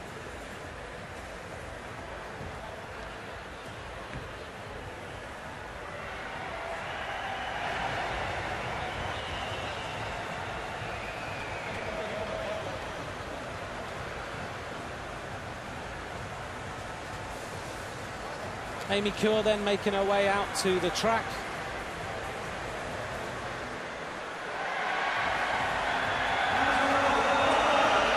...3,000 metres of racing.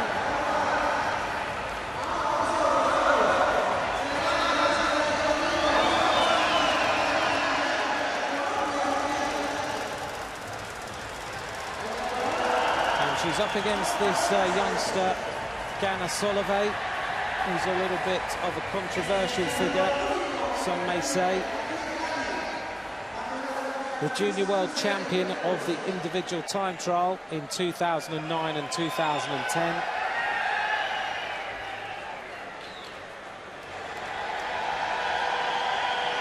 At a very young age, served a ban for an offence and is now back. And she's won the under-23 European Time Trial Championships, the Chrono de Nation.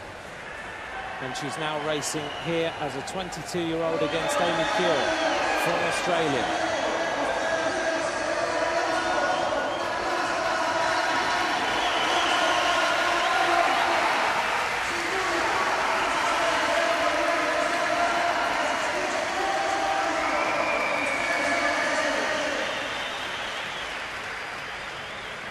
So Ganna Solovey makes her way out to the track. Amy Cure looks very focused here as she heads out to get on her aero bike now.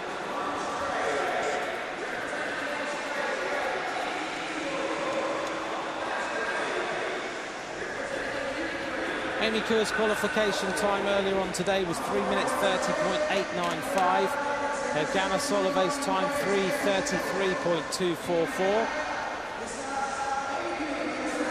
Amy Cure actually was only 0.285 outside the time of Joanna Rousel in qualification. Amy Cure's time last year in taking the silver medal to Sarah Hammer, 3:40.685.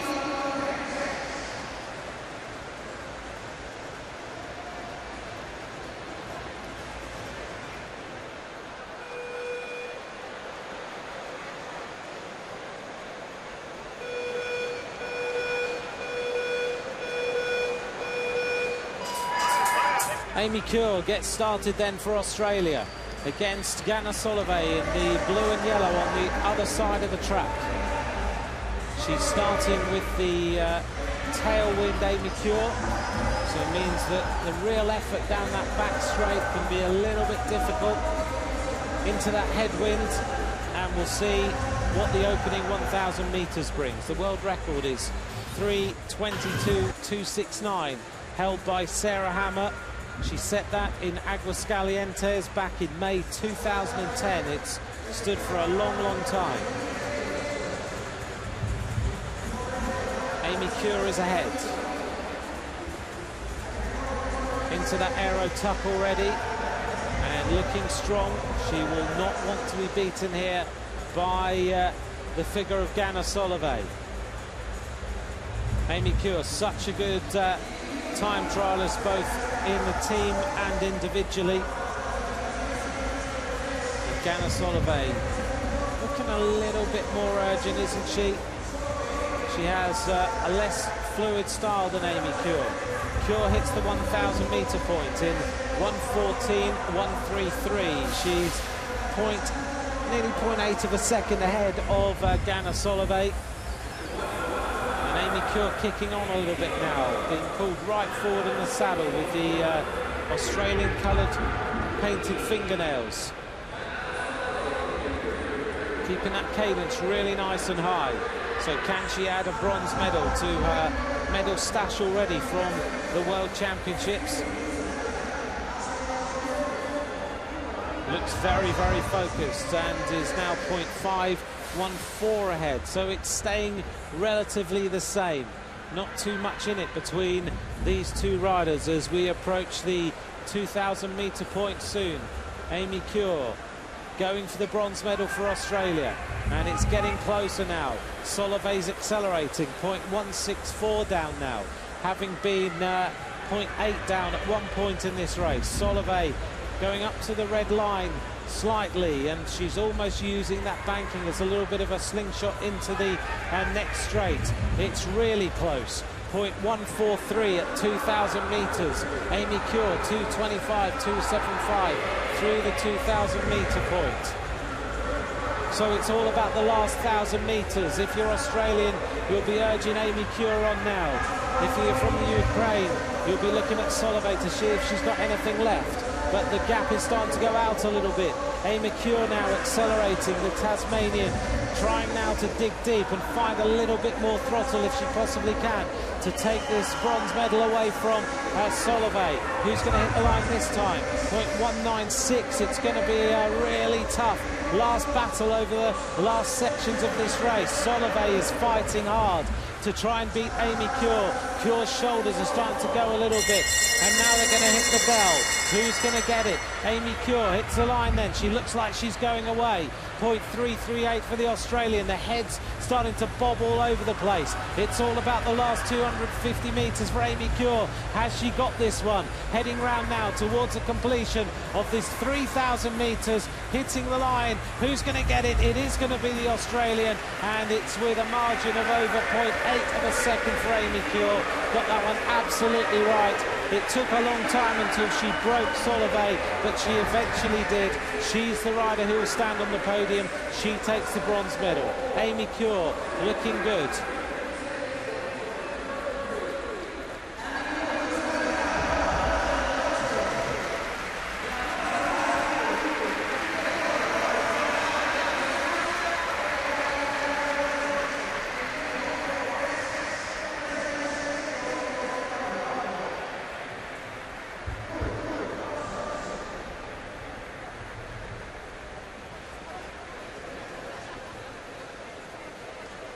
So Amy Cure just warming down at the end of that top performance to beat Solovey into fourth place. Average speed of Amy Cure there, 49.959. And to give you an idea, she was 4 seconds quicker, 4.5 seconds quicker than she was in Minsk to take the silver medal last time.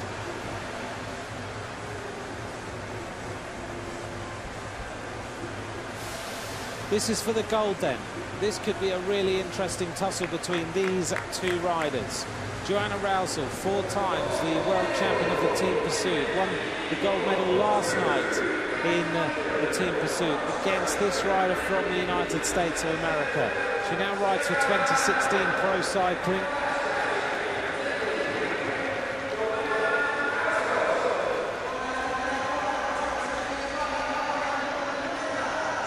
Sarah Hammer, 5 times world champion, the defending champion, the world record holder, 3:22.269. In qualification earlier on today then, Sarah Hammer's time was 3:29.711 and Rousel's was 3:30.610.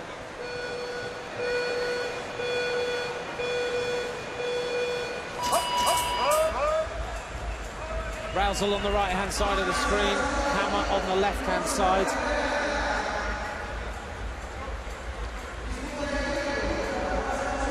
Sarah Hammer riding for the American Pro team, of which Mari Holden directs, the former Olympic silver medalist.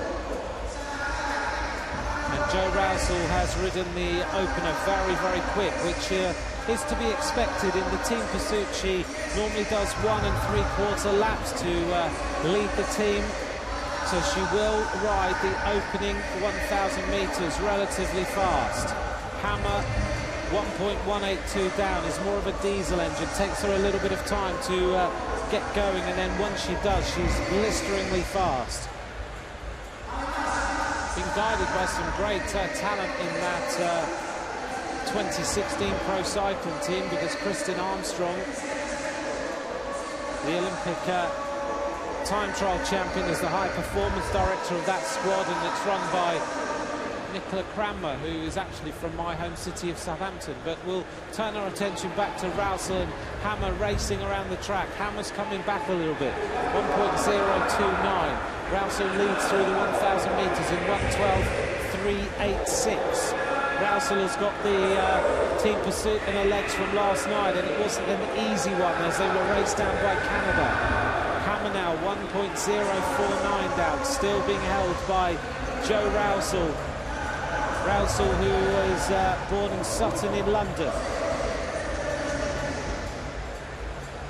Rousel continuing with this effort, does an awful lot of work now for the alopecia charity, of which she is now followed by so many people in Great Britain as a real inspiration. Hammer now trying to turn the heat up a little bit, and she is coming back. It's now 0.956 as these two riders head towards the 2,000 metre point. Rousel for the first time just bowed her head a little bit, a telltale sign that she might be starting to get a little bit more tired, but she's a real racer. She'll try and hold Hammer at that 1 second point as they go through 2,000 metres. Rousel is quickest, 2:20.599. Hammer with 2:21.575. Hammer at this point is starting to accelerate. You can see the rock and roll now as she tries to dig deep, and she's still being held at 0.969.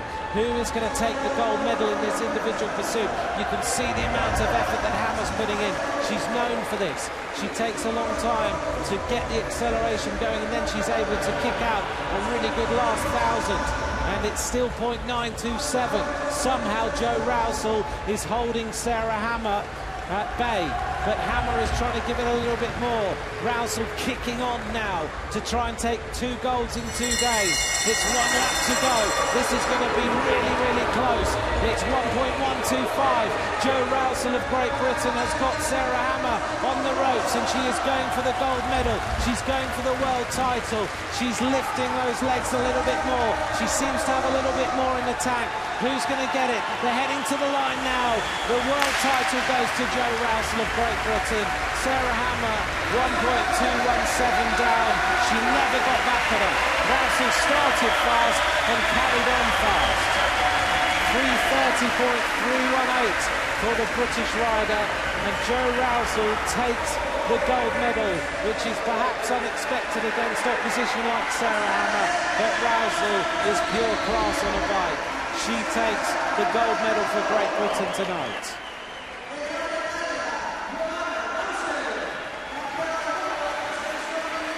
Being guided there by the coach Chris Newton in the centre of the track.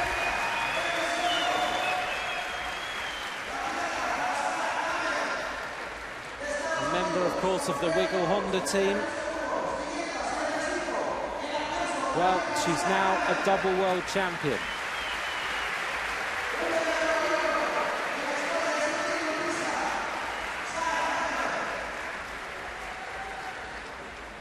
Chris Newton there, congratulating her. He's a world champion on the track himself.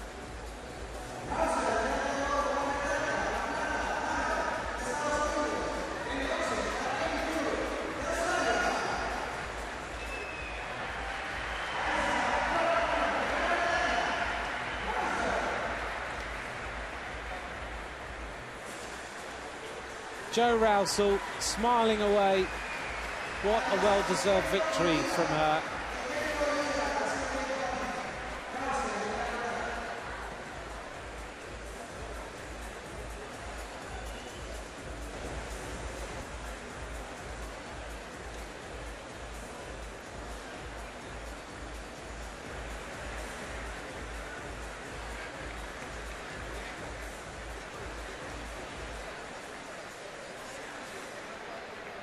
You'll notice many of these riders, even in the sprints, have a little power meter underneath the saddle which registers all the data, so the coaches can analyse how well they were riding. They can keep all the data on every single performance that these riders put in training and in racing as well. So we turn our attention back to the sprint quarterfinals. This is the ride between Christina Vogel and Stephanie Morton. Vogel leads 1-0, best of 3. Stephanie Morton from Australia. Christina Vogel from Germany, the fastest qualifier. So if Vogel wins this, then Morton will go through to the ride-off for 5th to 8th place. Morton will try now to come back at Christina Vogel and put herself in with a chance of dismissing the rider who has said openly this is what this is all about. She wants the sprint world title. She's been the silver medalist before. Last year she was the silver medalist to Rebecca James, who's been beaten 1-0 by Jess Varnish.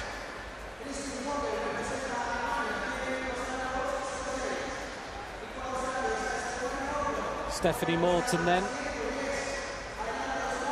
looking around at Christina Vogel. She's got to work her tactics out to come back and beat her. 3 laps of the track, of course. Morton has to lead off for this first lap. She's decided that she wants to go for a faster sprint this time. Looking around closely at Vogel, who's got real acceleration. Stephanie Morton down at the bottom of the track, not really giving Vogel the chance to use the banking to accelerate. 1 lap to go. Can she beat her? She looks around. Vogel goes round the outside. She's so quick at the moment, Christina Vogel. She accelerates and goes past. Stephanie Morton is trying to get back on the wheel. She doesn't manage to do it. Christina Vogel wins 2-0. She goes through to the semi-finals. She's already taken the gold medal with Miriam Velter in the team sprint.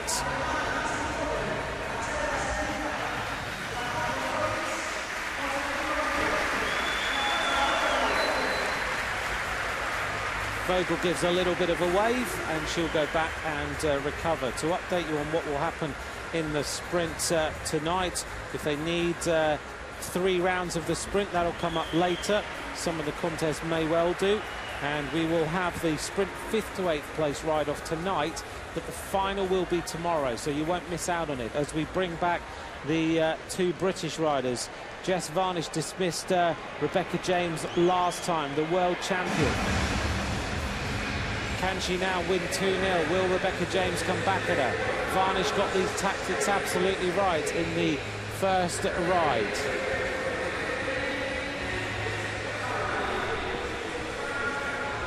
If you're trying to tell these 2 British riders apart, Rebecca James has the colours of Great Britain on the helmet there, under a bit of pressure now.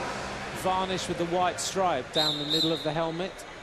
Apart from that, they're pretty much identical, although Varnish wears black shoes and Rebecca James wears white.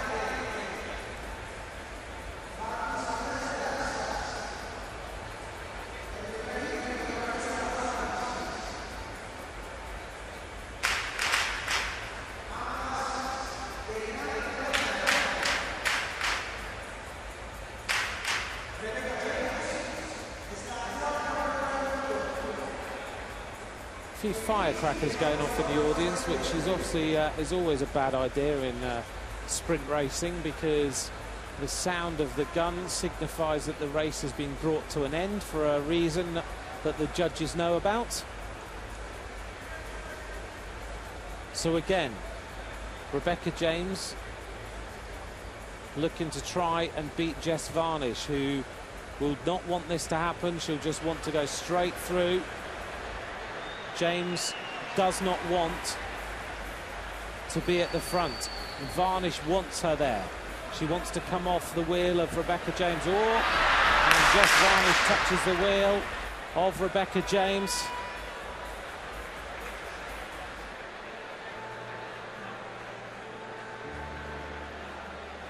A little bit of a wry smile on the face of Jess Varnish there. She just had nowhere to go. So she topples over.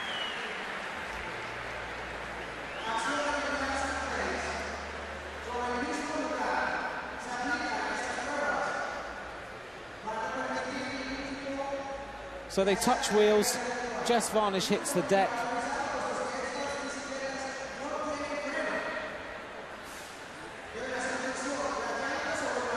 A little bit of lull in concentration, maybe. Maybe she didn't expect Rebecca James to stop that quickly.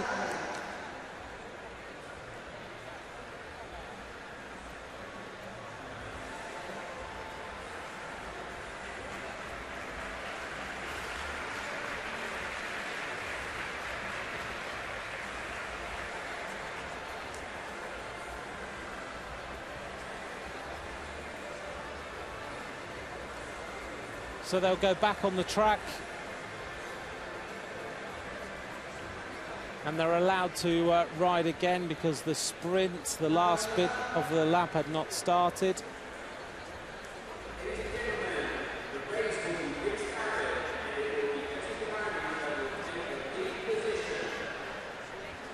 So you may well have heard that announcement in the velodrome.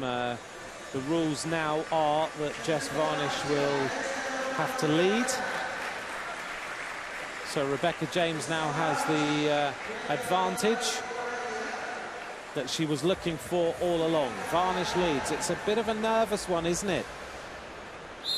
Teammates in the team sprint.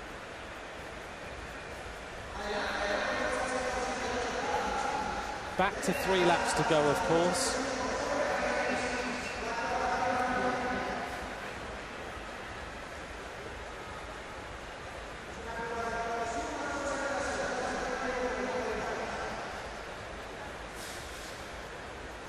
Varnish will be a little bit shaken, I'm sure, by that, but she did have a little bit of a smile on her face, like, what did I do that for? Well, it is the World Championships, and it is, of course, a nervous affair for everybody. And when you know you're 1-0 up against the world champion, well, look at this, she's not even fazed by it. She goes to the standstill to try and put James into the lead. This is not easy. These bankings on the side are around about 12 degrees. They're 42, just over 42 on the far ends.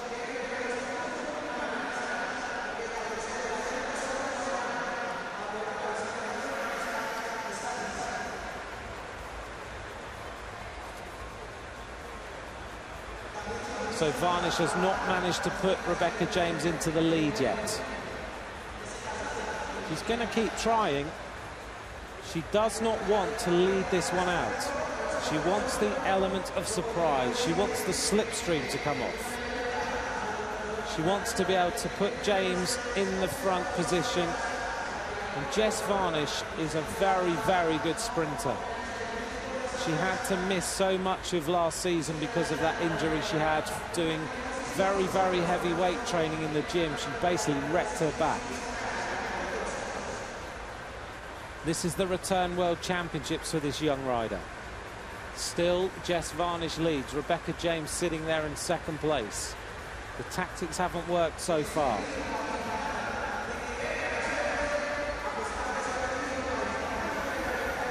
It's a thrilling competition between these two. Varnish leads 1-0. This time round, they will have 1 lap to go.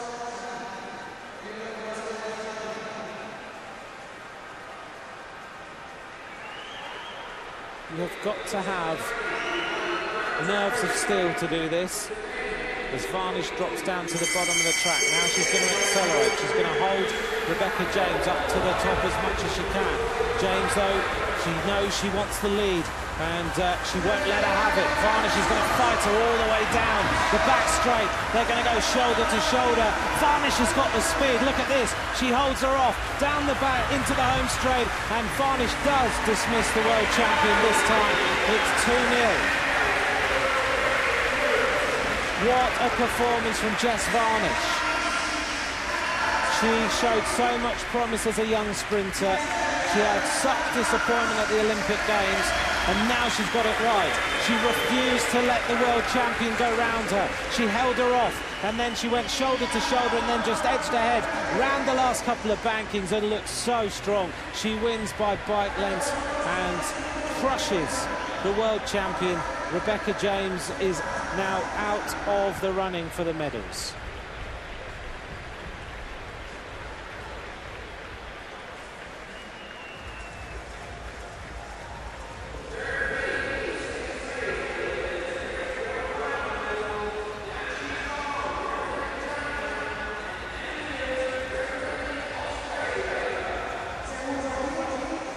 So thanks for joining me tonight. If you want to send me any messages at @McCrossan on Twitter, as we turn our attention to the great Anna Mears. She is 1-0 down in this competition against Qianqi Zhong of China. She has to win this one to go 1-1 and put herself in with a chance of the third ride off to go through to the semi-finals.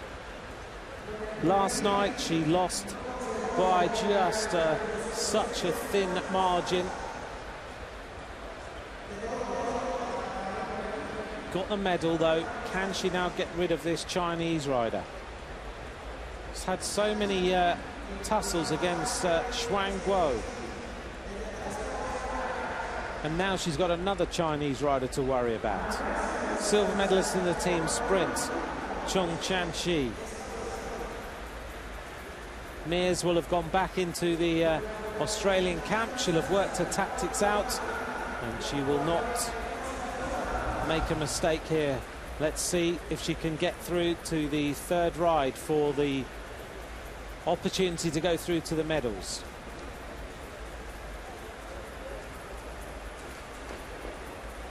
This Chinese rider looked very fast in the previous ride.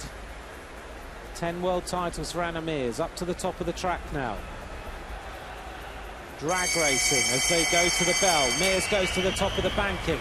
She's going to use the steepness of it to come off the wheel of Zhong Qianqi. And Mears now really working hard. I don't know what her visor came off there, I think.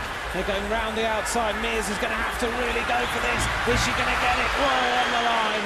Anna Mears does not have the speed.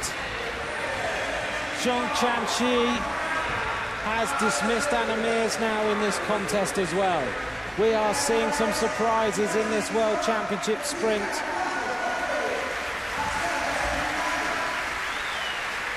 Anna Mears going racing round the top there. She went shoulder to shoulder. She lost her visor in the process and hits the line, and she is a wheel away from Zhong Qianqi.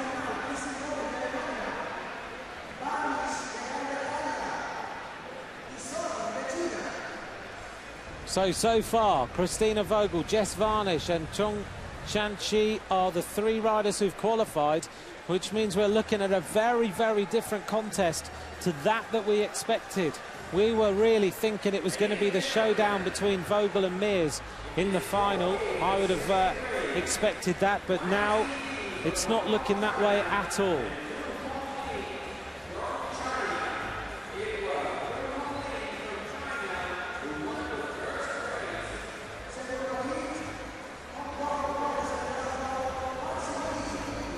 The final heat between Li Weixi of Hong Kong, China, and Lin Junhong of China.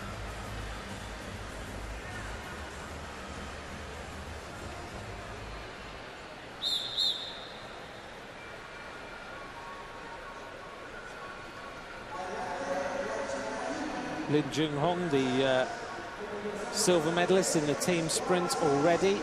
Li Weixi, bronze medalist in this discipline in 2013 and the world champion of the 500-meter time trial last year in Minsk.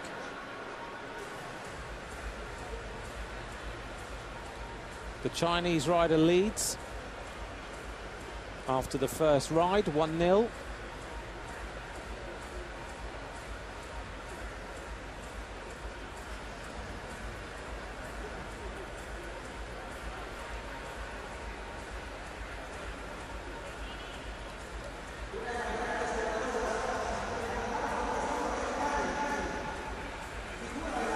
possibility we could be seeing two Chinese riders in the semi-finals here.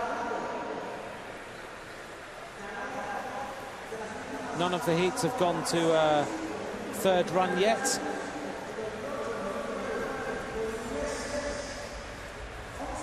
Lee Whitesea up at the top of the track.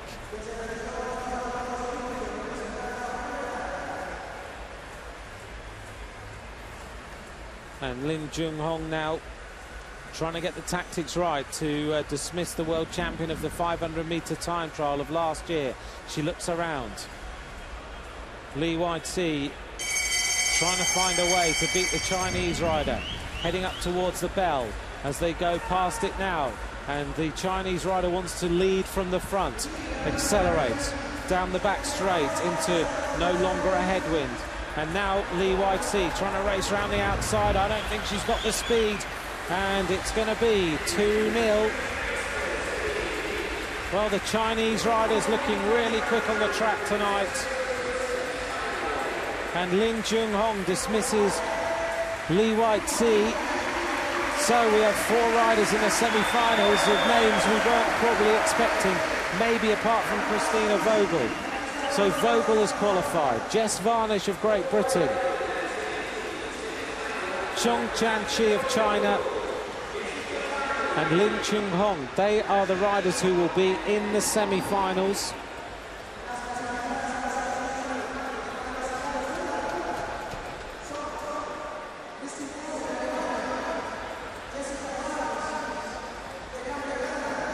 So that's how things are going to look.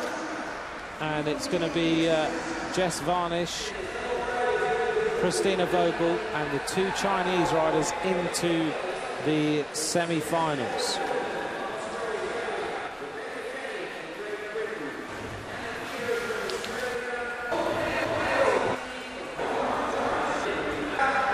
So earlier on tonight we had the women's individual pursuit. We're going to bring you the victory ceremony of that shortly.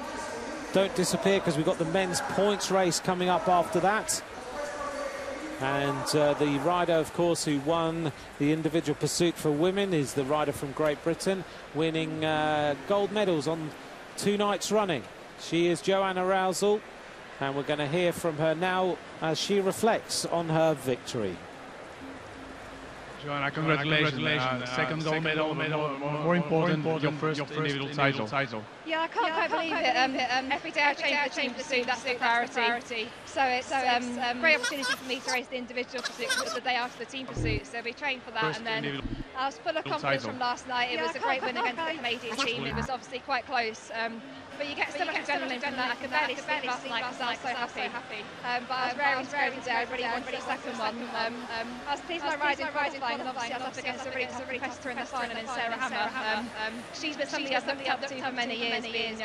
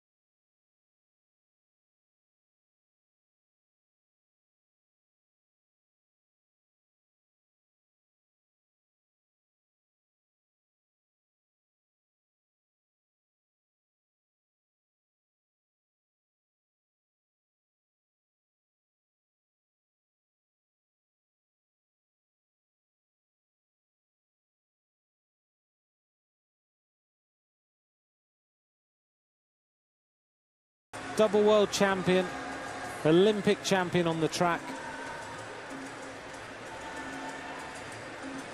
So already now 4 times a world champion, 3 times a European champion. Great opportunity for me to race the individual pursuit. Very impressive performance from Jo Rousel, and as you heard, she doesn't really ride the individual pursuit very often.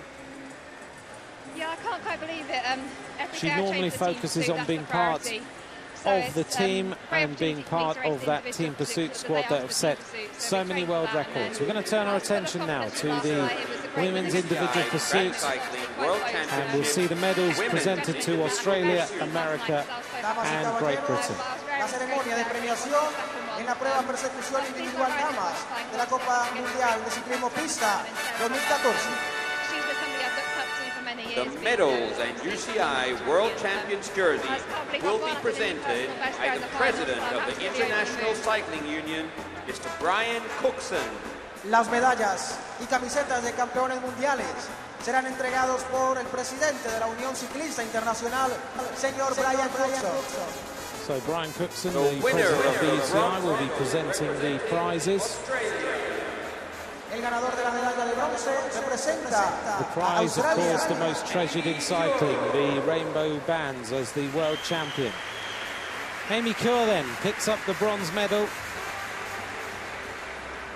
That time 3:36.174 to beat Gana Solovey of the Ukraine. Silver medal representing the United States of America.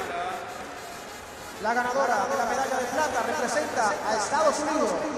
Sarah Hammer. Sarah Hammer takes the silver medal. The 5 times world champion, beaten on the night. The UCI Track Cycling World Championships Women's Individual Pursuit Gold Medalist and winner of the UCI World Champions jersey representing Great Britain. La ganadora de la medalla de oro en la prueba persecución individual damas y ganadora de la camiseta de campeona mundial UCI representa a Gran Bretaña. Joanna Rousseau. Incredible to think this is Joanna Rousseau's first individual world title.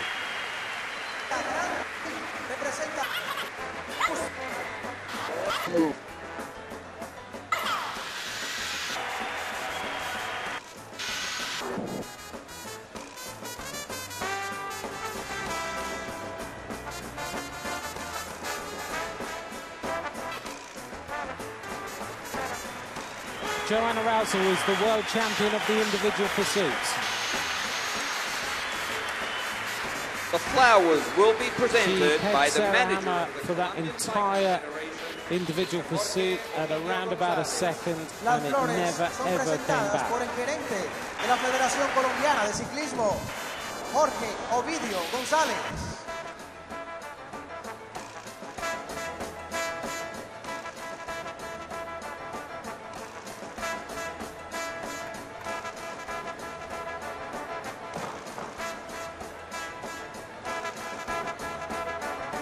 Ladies and gentlemen, the national anthem of Great Britain. Damas y caballeros, a continuación el himno nacional de Gran Bretaña. And the national anthem of Great Britain.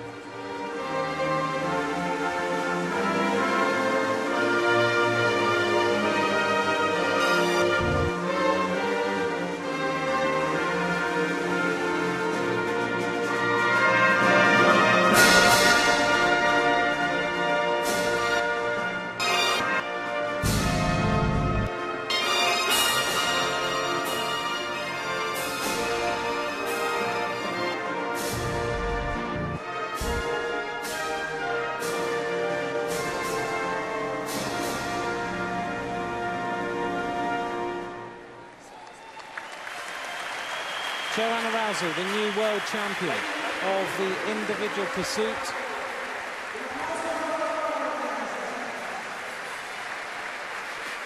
Amy Kerr's wandering off.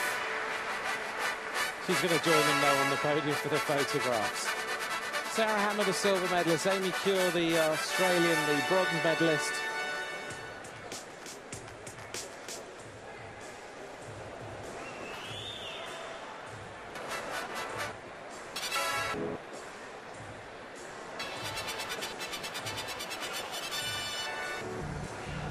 So an interesting sprint competition that we've seen and that will continue.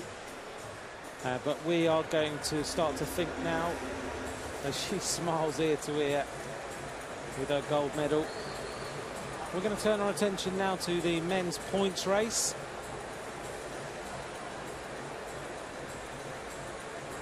wherever you are in the terms of where you're from, then you can support many countries here now. Lots of countries represented. And we'll run through the start list. Here it is. So the points race, always great fun to try and keep up with. 160 laps of the track, 40 kilometres, 16 sprints along the way. So sprint every 10 laps.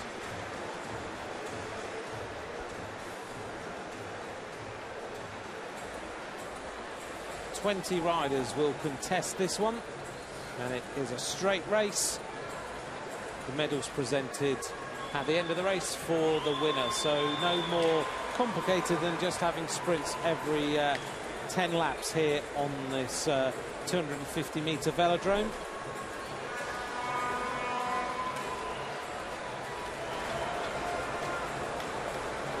We'll keep things up to date as we go through this points race, let you know who is winning. But just to give you a rundown of who is taking part, Martin Irvine there, who was the scratch race world champion, who got the silver medal. For New Zealand in this field is Tom Scully, wearing number 60 there, the German, Theo Reinhardt. There is Owen Doull of Great Britain. The Colombian rider in here is going to get a great welcome, I'm sure, Edwin Avila.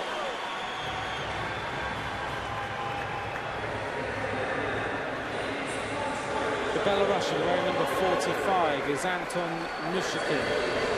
There is Glenn O'Shea of Australia, already got a team pursuit gold medal.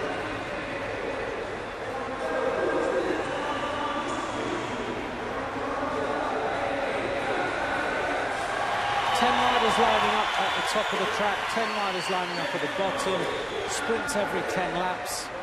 If you take a lap, you get an extra 20 points. So just work with me, I'm sure we'll keep track on what's going on.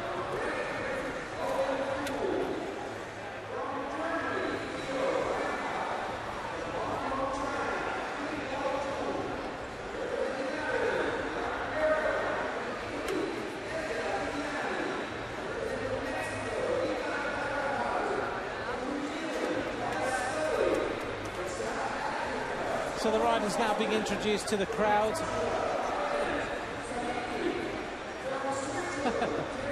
Doesn't happen very often, does it? The Colombian rider is being greeted by the VIPs.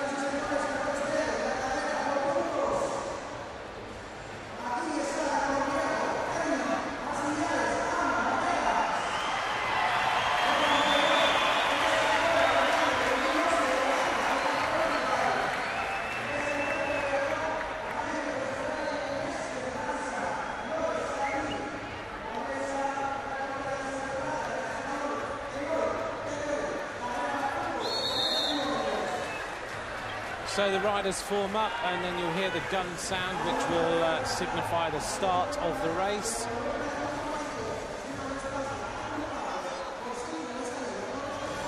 Long string of riders, 20 in there. There is Glenn O'Shea of Australia. 4th World Championships for him. I'm told he lapped the field 8 times in the National Championships in the points race. On a night, on a day of where there wasn't a good field in the race. He was just head and shoulders above everybody. At the front then is the Swiss rider. That is Thierry Scher. Now Martin Irvine at the front. Irvine has already got a medal. He's already been a world champion. The South African rider on the front there is Nolan Hoffman. And now the New Zealander just swings off. The Belarusian does a very small turn. Anton Mushikin. The Russian rider goes through to the front now. And that is Ivan Savitsky.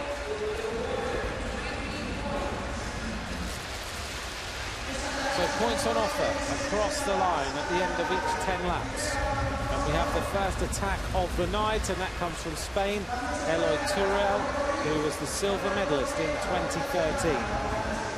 The medals last time. It went like this. Simon Yates of Great Britain took the gold. Eilers Turel took the silver. Kirill Sveshnikov took the bronze.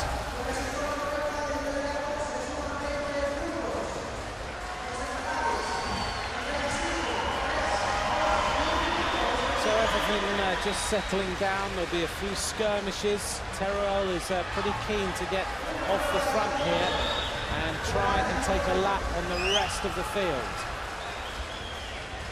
So Teruel accelerating down the back straight. The wind is picking up a little bit and it's actually changed direction. So it's a tailwind now down the back straight as the Belgian rider tries to go across to the leader.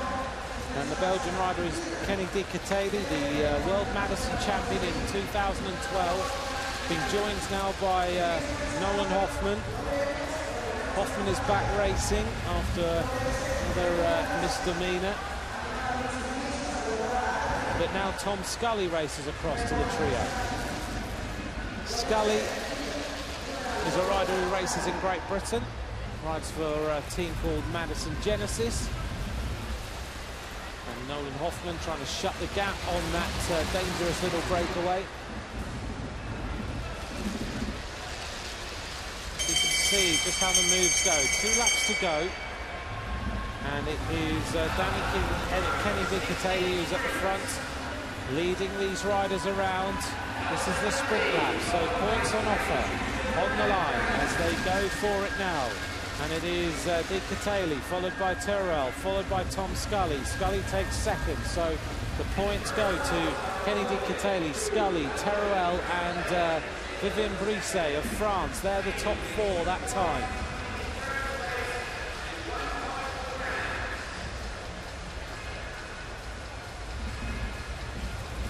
The replay of the riders going across the line.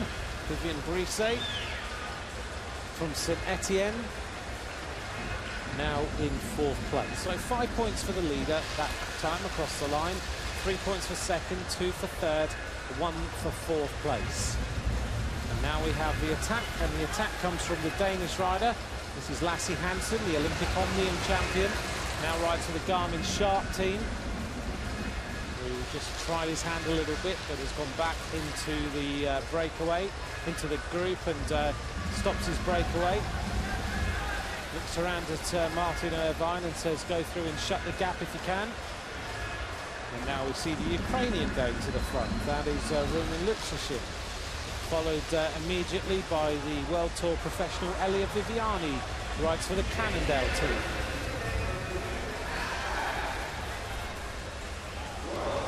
.146 laps to go.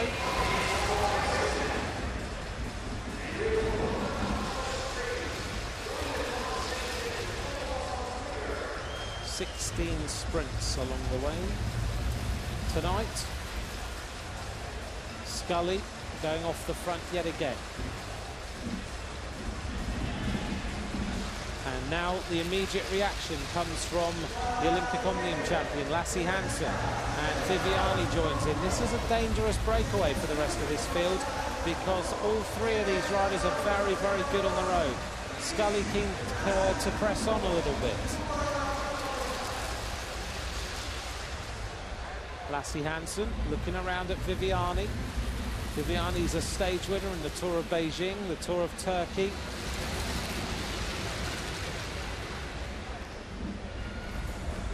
Scully looking to see if there's going to be a combination that works. Viviani's looking for his first world title. Desperately wants one. He's been already a silver medalist in the scratch race in the World Championships. Teruel again goes on the move. The silver medalist last year, looking now for the next sprint. So Di Catali took the 5 points last time. Scully took 3 for New Zealand. Teruel took 2. See the flags in the background switching around all the time as Lasse Norman Hansen goes across, the Danish rider. So the first 4 will be Hansen, Teruel, Viviani, and I think Glenn O'Shea of Australia gets his first points on the board. Here's confirmation then. Lasse Hansen, Teruel in second. The next rider across the line was Viviani. and then Glenn O'Shea took the 1 point.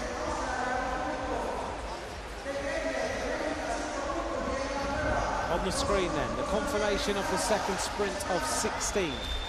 4 more riders testing their hand just to try and go away, and it is the Swiss rider leading, Terry Scher. In here, I think I can see Glenn O'Shea. Kenny Di Catali. As we look here at the standings after 2 sprints, Kenny Di Catali leads with Hansen, Terrell as well on 5 points, and Scully has the 3 points. On the front of the group now is the Austrian rider, Andreas Graf. As he swings up and lets the Swiss rider go through.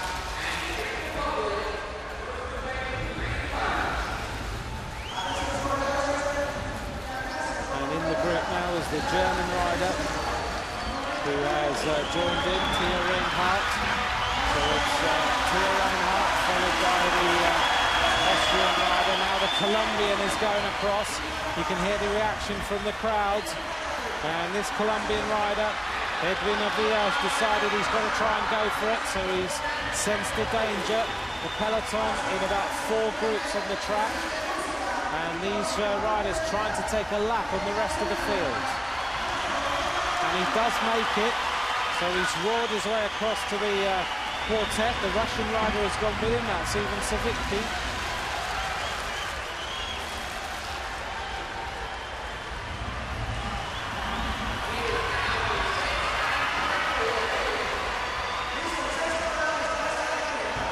On the front now is the Swiss rider. So 6 riders have gone away. Avila is in here safely for Colombia, and looking now to take the lap on the rest of the field. Reinhardt of Germany is the leader this time. The Russian rider, Ivan Savicki, is also in here. Now to the next sprint of the night. The Austrian rider joining in, Andreas Graf, a very, very good track rider, heading up towards the sprint. Who's going to take it this time? Crossing the line, it looked like it was Reinhardt from Savicki. Avila took 2 points and Graf took the 1 point. There's the slow motion of the riders going across the line. Thanks for telling me that Thierry Scher won the Tour of New Caledonia in 2013. Always good to have messages on Twitter to update me on what's going on. 6 riders now on the attack, looking to take a lap. This is very, very dangerous. So it's Avila of Colombia, Reinhardt of Germany, Savicki also in here for Russia. Up on the screen then, the standings at the moment, lots of riders on 5 points, but this group are just about to now catch the peloton, which means they'll get an additional 20 points. And that will put them firmly in the lead, and 6 of the medal positions, 3 of the medal positions will have been sorted out of this top 6 riders. They catch the field, the junction is made, they get 20 points.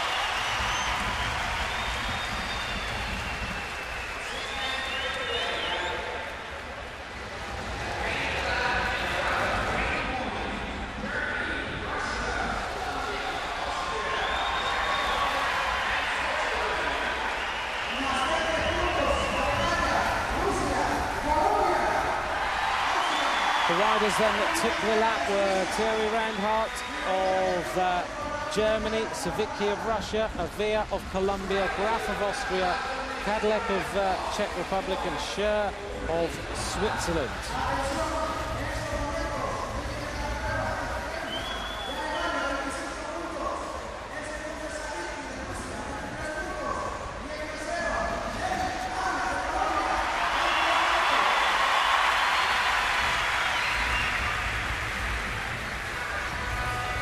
.22 laps to go as we see an attack from Tom Scully.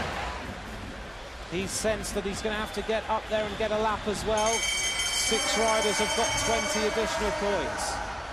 And right now it's Reinhardt who leads with 25 points. Savicki in second with 23. Scully is down on 3 points, so he's looking to try and get the additional points here and then continue with his breakaway and try and take the 20 points as a bonus. Across the line that time. Sprint number 4.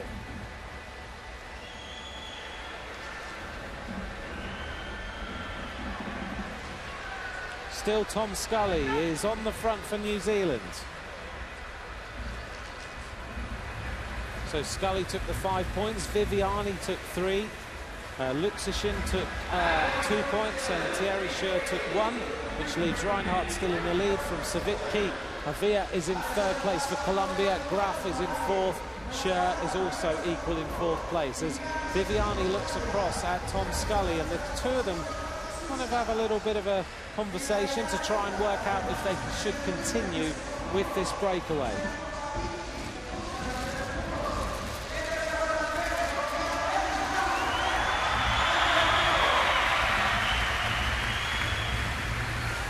Scully trying to press home the advantage and take a breakaway group with him. The Olympic Omnium champion is on the front of the peloton. No one really able to break away again. Still 6 riders up there at the top of the leaderboard by the fact that they took the 20 points. Here is the leaderboard after 4 sprints.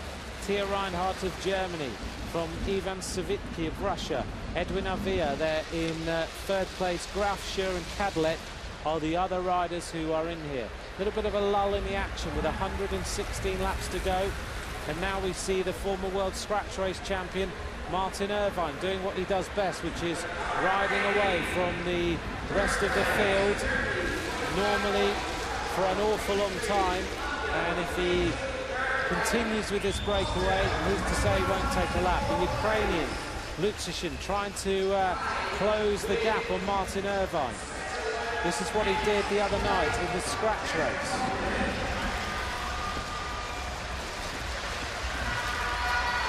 Irvine has a little advantage now with 113 laps to go. And towards the front again is the Colombian rider, Edwin Avia. Irvine, who rides for United Healthcare in the United States. He's based in Denver, but a very good road rider. Broke his leg last year, you may remember, after the World Championships, and had to fight his way back, had a really terrible break of his leg. With 1 lap to go now to the sprint, can Irvine get himself up on that leaderboard? 2 riders trying to go across, one is a Frenchman, and he has been joined by the Colombian. Avia is trying to take another lap. He's already taken 1, can he take 2? So he's racing up. Irvine's going to take the 5. Avia takes the 3. Followed by the French rider who takes the 2 points. That's Vivian Grise, and Lassie Hansen takes the 1 point. Big attack going on now as 5 riders try to go clear out of sight of the cameras, being led by the Colombian, who is absolutely on fire tonight and is trying to take 40 points. He's already got 20, he wants some more, and Irvine's unable to go with the acceleration. So now we get the counter-attack. Scully makes his way across. Avia's looking really strong. Lassie Hansen there for Denmark in the front in the red and white. And the Colombian fans go wild again because Avia now is leading this points race with 25 points. Equal on points with Tia Reinhardt. Savitki there in 3rd place. Scully has been desperately trying to get away. He looks around, there is daylight, but he's pretty getting tired after all this attacking that's been going on. Terrell on the other hand, goes to the bottom of the track in the red and yellow, and he tries now to break away. He was the silver medalist of Simon Yates last year.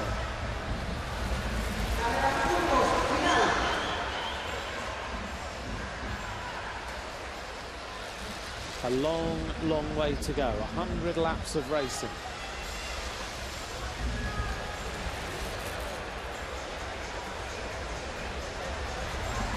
So 3 riders combining at the front now, and they are starting to build a little bit of an advantage.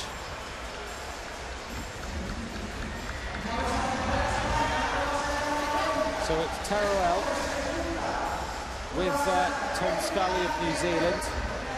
And the Belgian rider in there is Kenny Di Catali with World Madison champion. We'll have Madison in a couple of nights' time.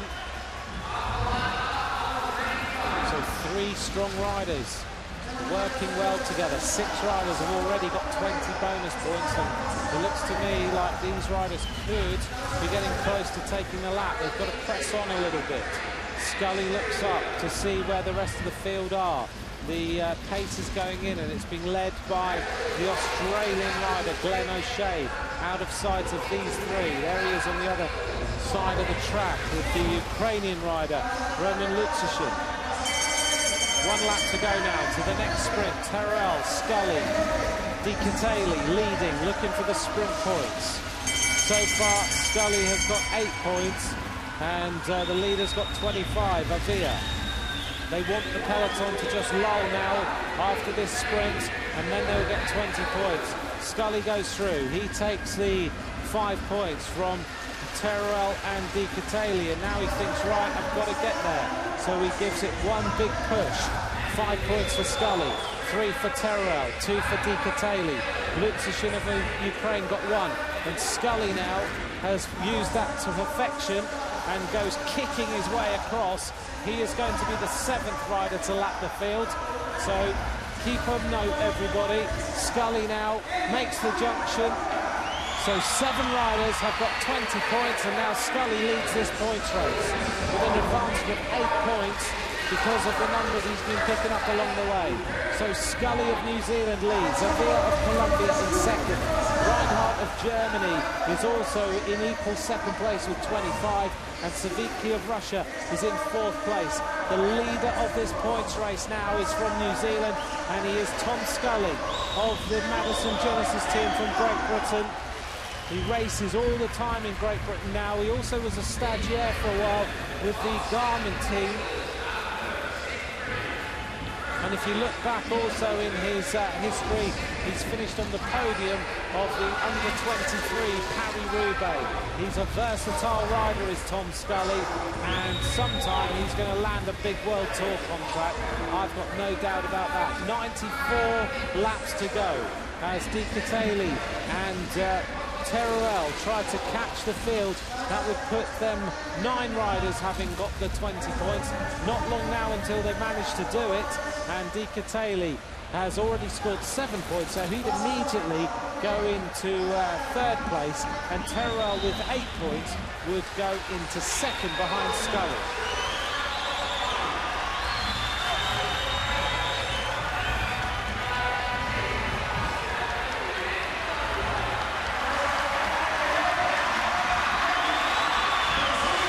So whilst those 2 riders are dangling off the back trying to get the lap, Avia of Colombia has gone smashing his way off the front of the peloton and is now trying to put himself in with a chance of winning this points race. So he's got 25 points and he's now gone on the attack. Teruel senses that this is an important moment and he's desperately trying to shut the gap. Kenny Di Catali of Belgium, there is Teruel. He just wants things to lull a little bit so he can get the lap. Then he will be the 8th rider to do so. But Avia is absolutely motoring and he's causing Teruel all sorts of problems. The Colombian fans are going nuts in this velodrome. They sense a possible gold medal tonight in this points race, and Avia is racing away. Look how strong he is. He's absolutely flying out of the side of the cameras right now. And he's almost taking a lap at will. He's right on the other side of the track. You can see the peloton in front of him. 88 laps to go. Scully leads. Teruel is 2nd with 33 for Spain. Avia has 27, but if he makes this junction, then Teruel and Scully will be behind him, and he will have 47 points. Look at the speed now of the Colombian, being urged on by a partisan home crowd, and he's not far away now. He can see the peloton in front of him who are trying to accelerate, and he is looking really, really strong tonight. Avia is going to get there. He's fighting, and he senses the possibility of taking a world title for Colombia, and then his teammate will no longer be the most famous man in Colombia. Any second now, it's going to be 2 laps for the Colombian And he does, he makes it, and he gets a standing ovation in this velodrome. He goes to the top of the leaderboard, 47 points for Avia now.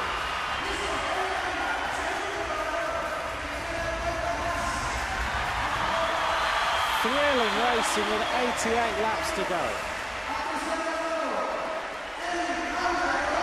The standings then look like this. Edwin Avia of Colombia with 47 points. Scully of New Zealand with 34. And Teruel, the silver medalist last year, in 3rd place.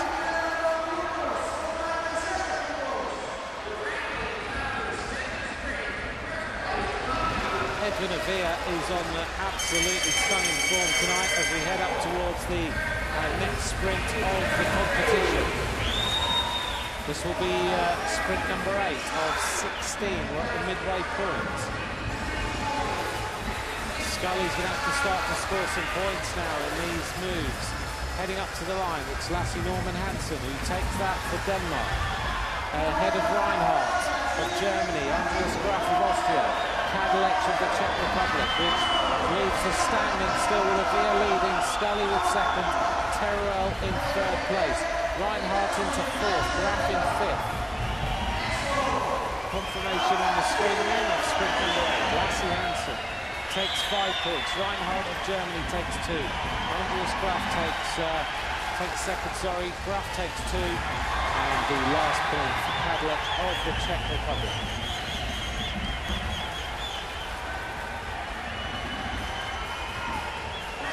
The standings look like this after 8 sprints.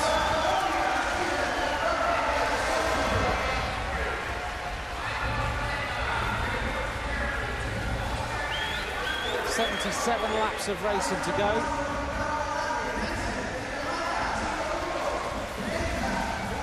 Ben O'Shea of Australia sitting in there at the moment. He has only got 1 point.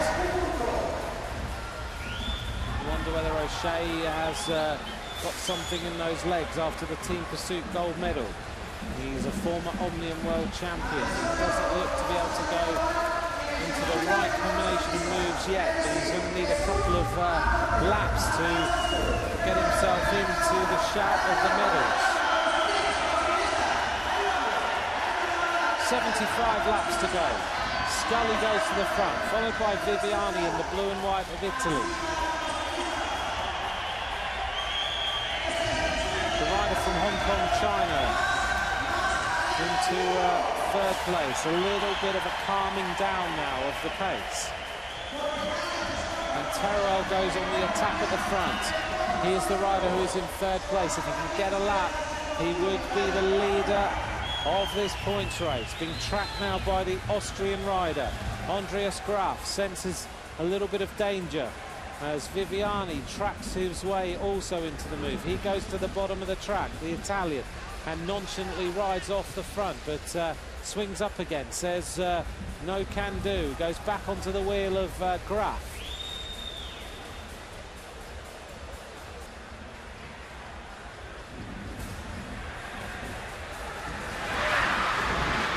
Ball crash at the back of the peloton, and a few riders have hit the deck on the other side of the track, out of sight of the cameras.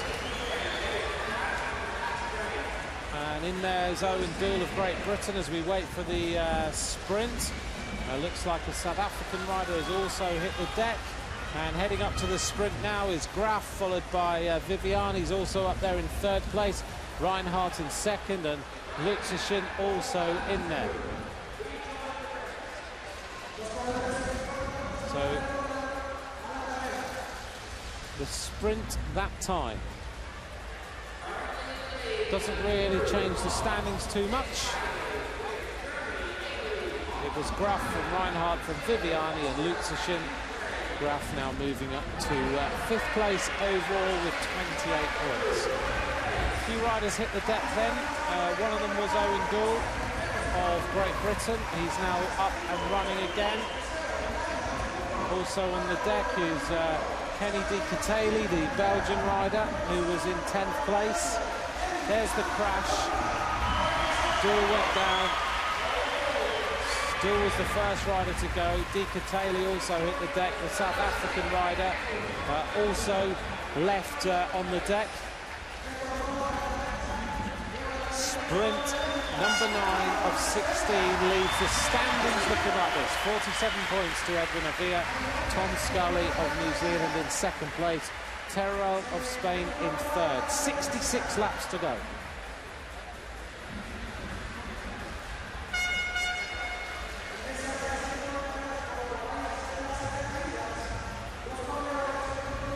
Well, thanks to all of you for watching. If you would like to get hold of me on Twitter @AdMcCrossan, please feel free. Scully goes to the front for New Zealand, followed by the rider from Hong Kong, China. That's Chung King Lok, who was the bronze medalist in the scratch race last night.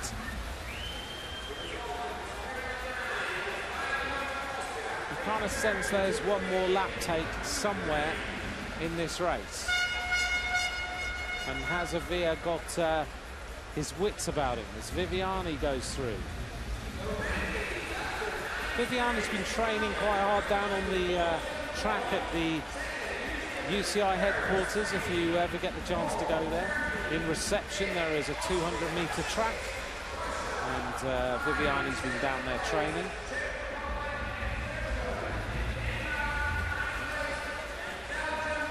And now with 62 laps to go, we see the rider from Hong Kong, China going on the move. Chung King Lok getting the bell. Teruel in second.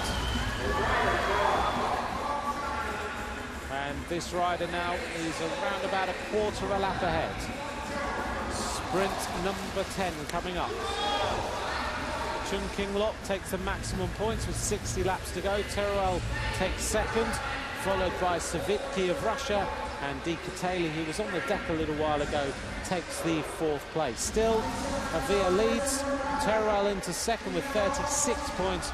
Scully into third with 34.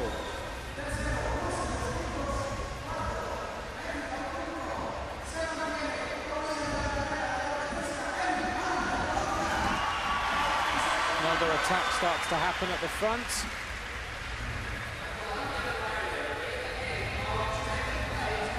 And still, the Colombian rider is in the World Championship position, as Owen Dill, who also was on the deck earlier, goes to the front, tries to accelerate. Here's confirmation of the standings.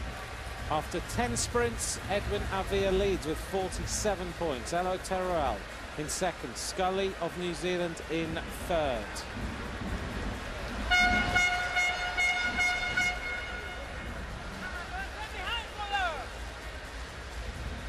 Well, Owen Dill is down in 17th place jointly with no points. If he got 20 points here, he'd only go up as far as 7th. Rider from Cardiff as Scully goes through to the front. Owen Dill and Tom Scully race against each other in Great Britain quite often. And now another attack happens, and again it is Chung King Lok who decides to try and get a bit of an advantage. Teruel ever vigilant at the front. You can see Martin Irvine in here, who's really rocking and rolling after that race to get his silver medal.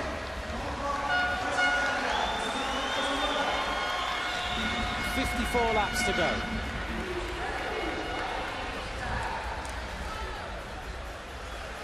And Chung King Lok still has a little bit of an advantage, wearing that nice aero hat.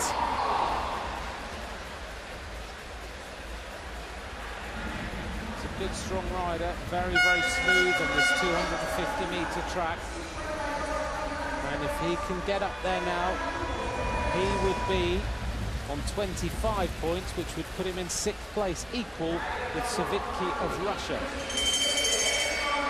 The bell goes, so Chung King Lok is looking for the maximum 5 points this time. This is sprint number 11 of the 16 sprints that we are going to see tonight. Still, the Colombian is putting the crowd on the edge of their seats. He's getting closer and closer to a possible world title. 50 laps to go. Across the line that time. Chung King Lok took it, Savicki in second, Cher in third, Cadillot in fourth place. And he's getting close now to taking the lap, but amazingly, the Colombian rider has gone on the attack again, and he's trying to take another lap. 47 points he has. Scully immediately reacts to it, whilst on the other side of the track it is Chung King Lok with 5 points that time. He moves himself up into 11th place overall. If he takes the points, he will go up into 5th place overall in this race. The standings after 11 sprints. Edwin Avila leads, 47 points, ahead of Teruel in 36 and Scully with 34.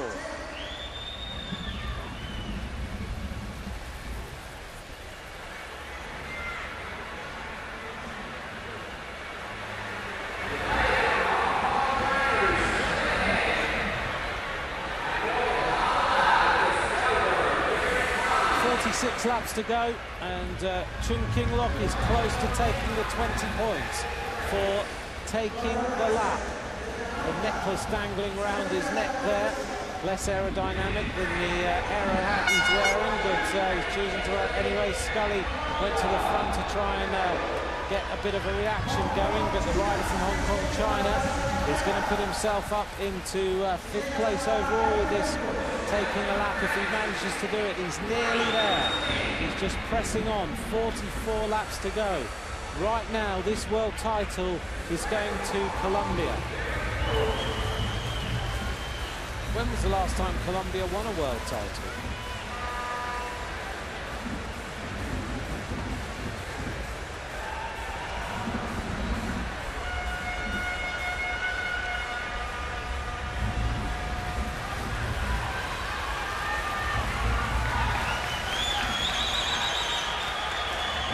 Going to catch the field now.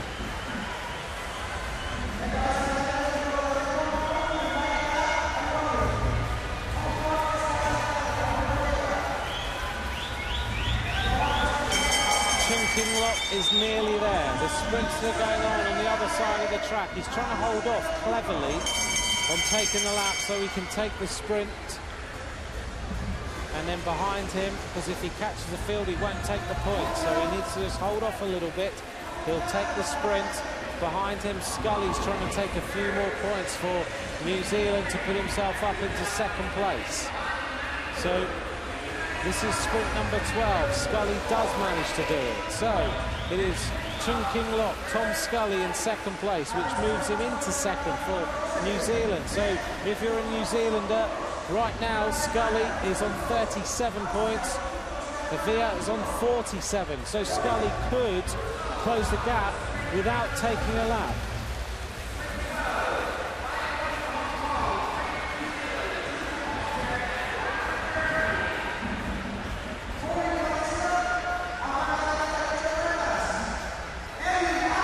Here are the standings then. Avila with 47, Scully with 37, Teruel with 36, and Chung King Lok has not made the junction yet. He is still holding on. Whilst at the front of the race, Martin Irvine, out of the sight of the cameras, has just gone on the attack yet again.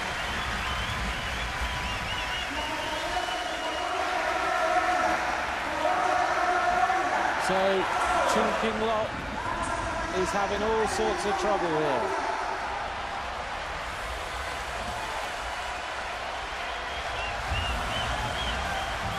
Meanwhile, the Irishman Martin Irvine, who likes to go on the attack and take a lap at some point, is managing to do it. But the crowd are being urged on by the announcer in the velodrome. Doesn't normally happen in World Championships, but I think we'll let it go. 35 laps to go, and they sense the possibility of a world title going to Colombia. Just to let you know, Colombia have won 3 world titles in the past at World Track Championships. And their total medal haul in World Championships has been 3 gold and 2 silvers. Irvine has given renewed enthusiasm to Chun King Lok. 33 laps to go.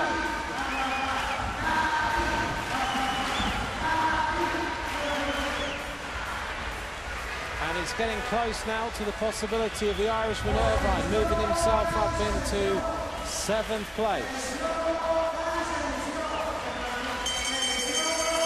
Right, the sprint lap is coming.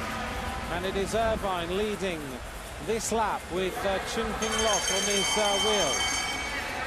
Behind them, Scully and Avia will be looking for some points somewhere. Here's the sprint lap. This is sprint number 13 of 16. Irvine of Ireland takes it ahead of Chun King Lok. Behind them, we'll see who fights it out for the 3rd and 4th place points. Looked to me like it was Theo Rinhard with Kadlec in 4th place. 30 laps of racing to go.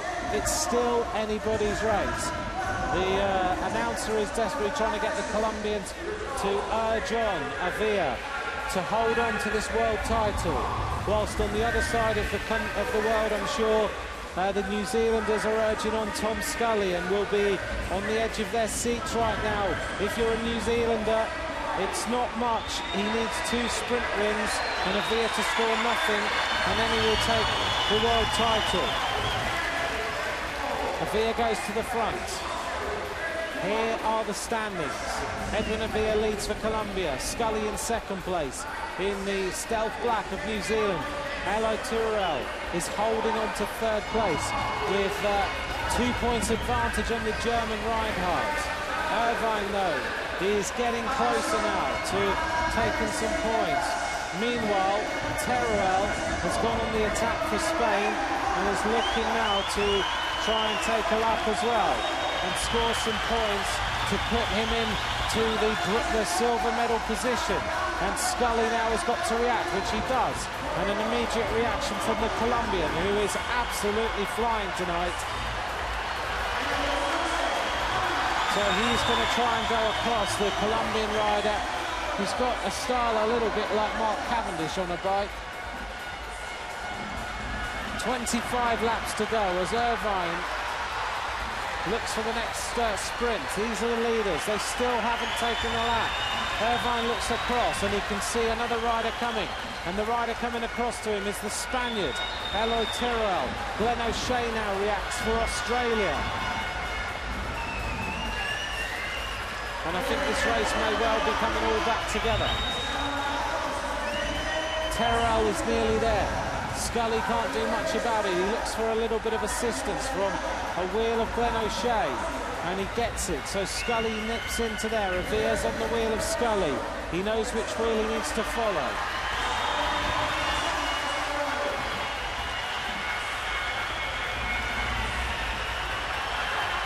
Still, Martin Irvine is there with Chun King Lok, but somehow they still haven't taken the lap.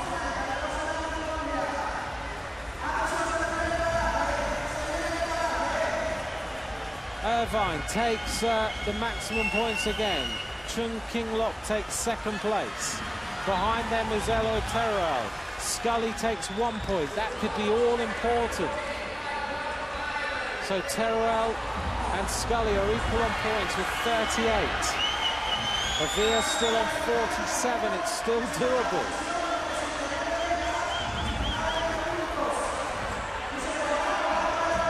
Turel is racing up now, and Irvine, Chun King Lok have taken a lap, and now Turel could be taking a lap as well.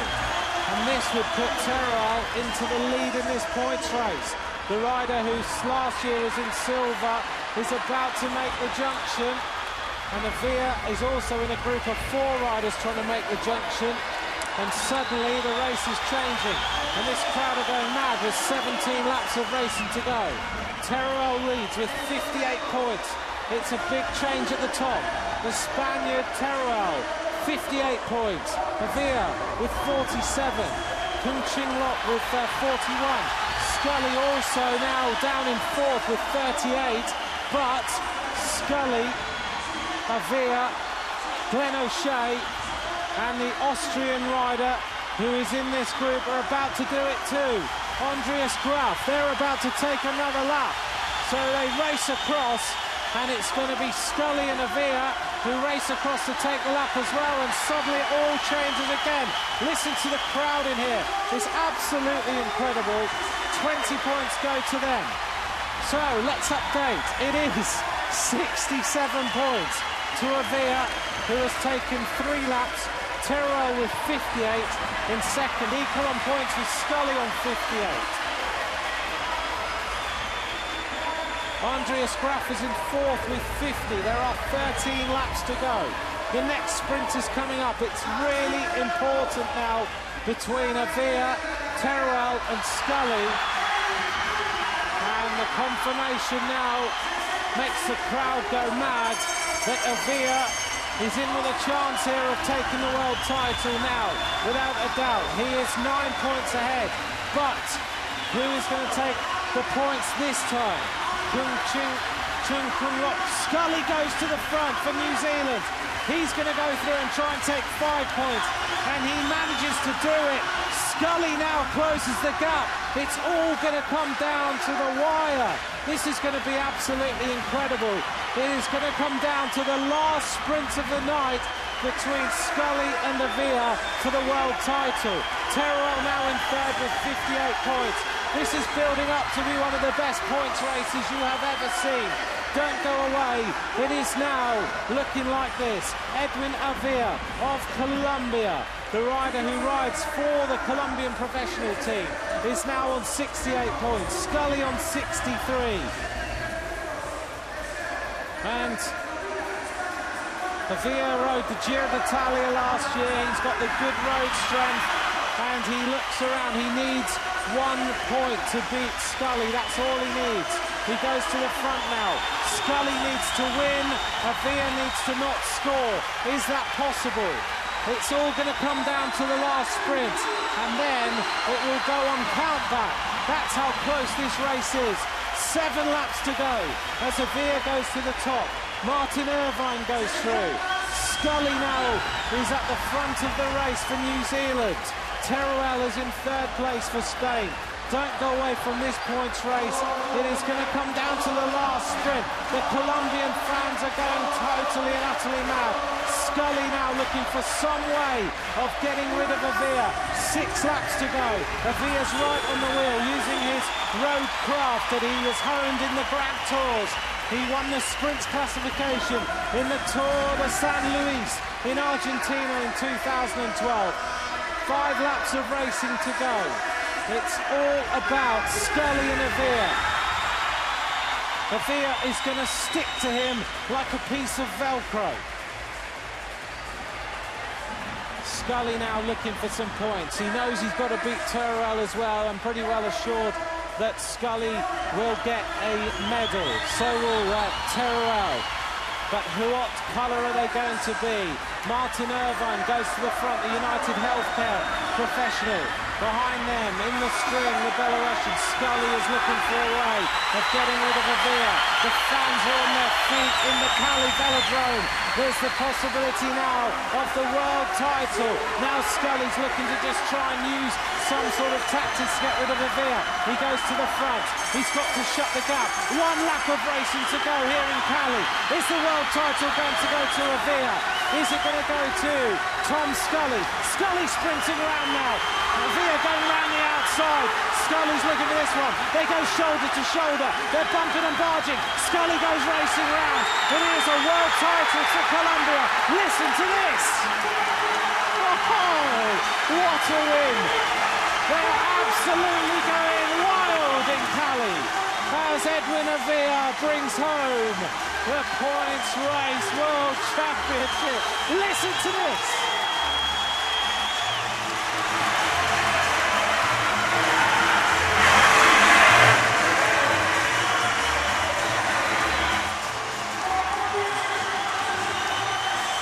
The flag is out, and the salsa dancing is starting in the crowd. What What a World Championship they have had. Greta won the silver medal. Here's the final sprint. Look at Scully and Avia bumping each other out the way, just trying to get to the finishing sprint. The final sprint, just to tidy it up, was Savicki from Scully, from Avia, from Glen O'Shea. Absolutely thrilling. Avia wins with 70 points. Scully of New Zealand in second place with 66. And Teruel of Spain, the silver medalist last year, is back up there on the podium with 58 points. Get out of your seats. Get the salsa on, because I don't think we're going to quieten this crowd down for a little while.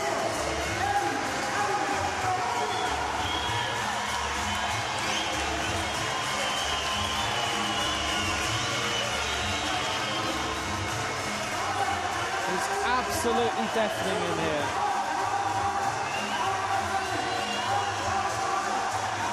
There's confirmation of the result. Edwin Avia is the world champion. And here's the rundown of the rest of the placings.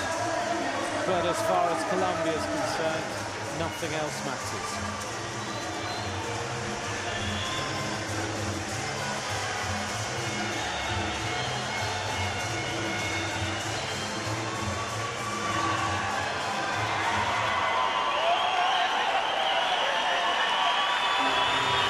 They knocked blows out of each other all the way through that race, didn't they? Laps were taken even in the finishing sprint. They were pushing and shoving and trying to get to the line. It was full-out bike racing at its very best.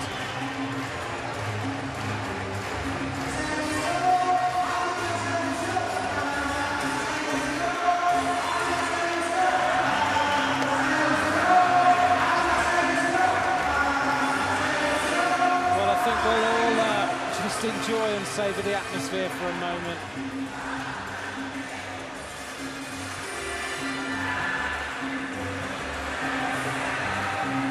It's certainly a party atmosphere in here.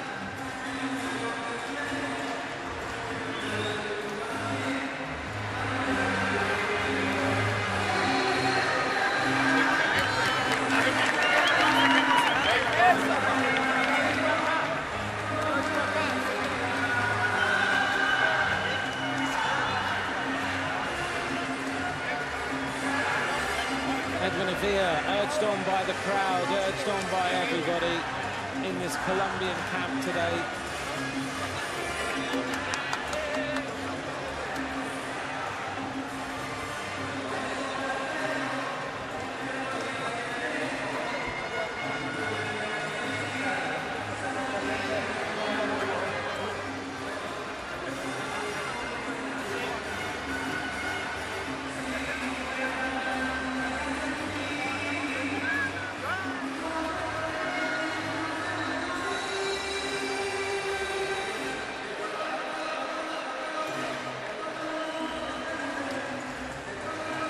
Well, we'll get our breath back and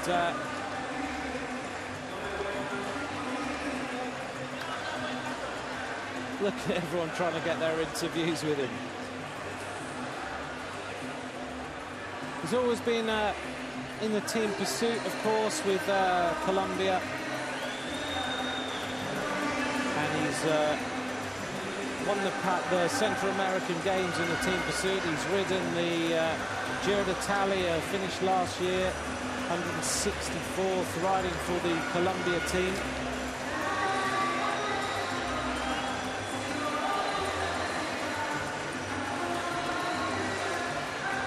He's also won the Tour of Trinidad and Tobago in his past. What a great race.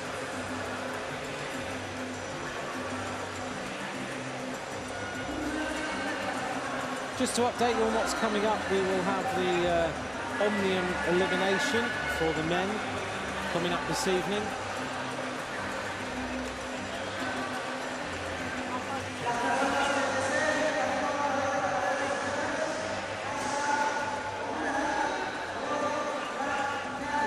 we don't have any of the women's sprint third ride-offs, do we, tonight? So we're going to go straight to the interview now with the winner of the points race here in Cali, Edwin Avila of Colombia. Edwin, felicitaciones, es campeón del mundo. Bueno, pues sí, aprovechar a dar gracias a Dios que me dio las capacidades para poder vencer, a mi entrenador que es la cabeza inteligente de la prueba, a mi familia y a mi país que están apoyándome, dándome todas sus fuerzas, a la Federación Colombiana de Ciclismo, al Comité Olímpico, y al IRD, a la Federación y al Team Colombia. Es difícil. Es una prueba muy difícil, de gran fondo. Creo que lo di todo, más de lo que podía dar, pero la gloria es para Dios. El público fantástico. Muy, muy fantástico. Me daban esa fortaleza cuando ya no tenía. Y bueno, gracias a mi país, a mi gente que me ayudaron. ¿Vas a dormir bien? Sí, tengo que dormir bien, ya que corro la Maison el domingo, entonces tengo que tratar de recuperar lo más que pueda. Felicitación. Edwin Avila then reflecting on his win.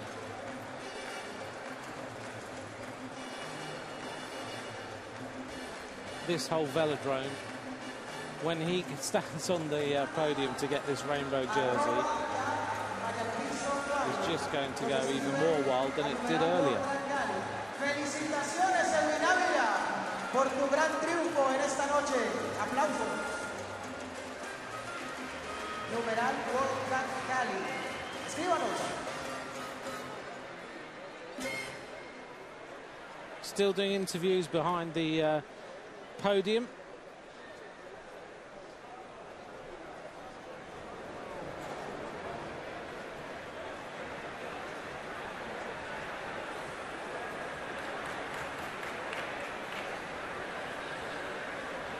So later on, we're going to bring you the update on the men's Omnium so far. We'll also bring you the elimination race, which is the third part of that Omnium competition. The Omnium has been going on all day today. We've seen so far the flying lap, and we've also seen the points race. And we'll bring you up to date with all of that before we take you to the elimination race, which will be the third part of this six-part Omnium, which will be concluded tomorrow here in Cali. Señoras y señores, gusto de presentarles al medallista de plata de la prueba keirin ayer, Fabián Hernando Huerta Zapata, para quien pido un fuerte aplauso. Está aquí en la tribuna de speaker. Fabián, en primera instancia, felicitaciones. ¿Y cuál ha sido el sentimiento? So as we look across this track, we're just getting ready for the victory ceremony.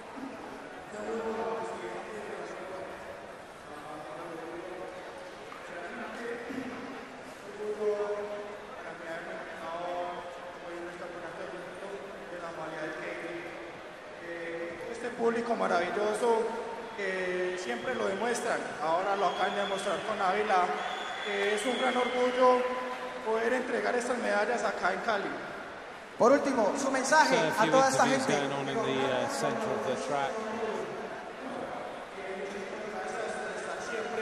Ahead of this victory ceremony. So Edwin Avila giving his mum a big hug. Muchas gracias. Very proud moment here in the middle of this track.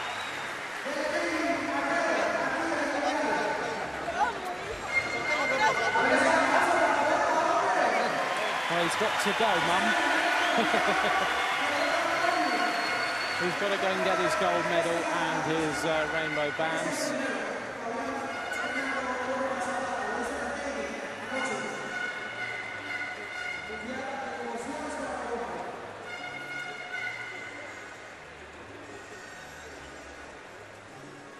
So very busy in there as everyone gets ready to photograph the world champion.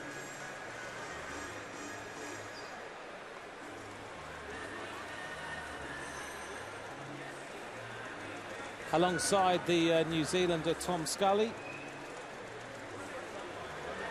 Scully had to fight his way back actually from a terrible, terrible crash where he hit a lamppost in a race. Ready now? Ready to go? And he's now back and right up at the top of world level here on the track. And must admit, looks very, very lean this year. Looks like he's been working hard all winter to get into this form. Pervis just doing his hair ready for the presentation. UCI Track Cycling World Championship Men's Points Race, 40 kilometers. Damas y caballeros, Having to sign the normal forms, which means that he will be going for the usual tests after the race. The medals and UCI World Champions jersey will be presented by the president of the International Cycling Union. Simon Yates, of course, last year's gold medalist, isn't riding this time. He's now a professional with the Orica Green Edge team, the Australian squad, and he will be concentrating on his road career for now. Spain. El ganador de la medalla de bronce representa a España, Eloy Teruel. From Spain, Eloy Teruel takes the bronze medal in a thrilling points race.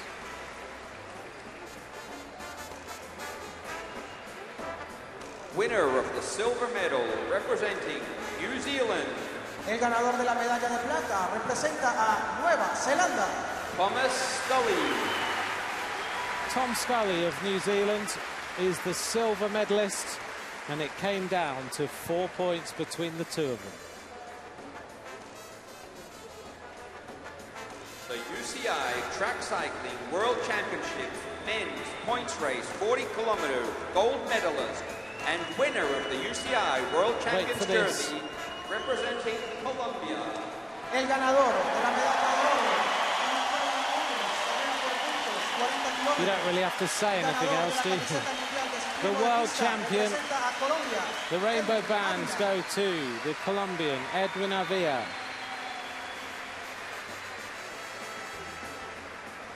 With a sparkling performance.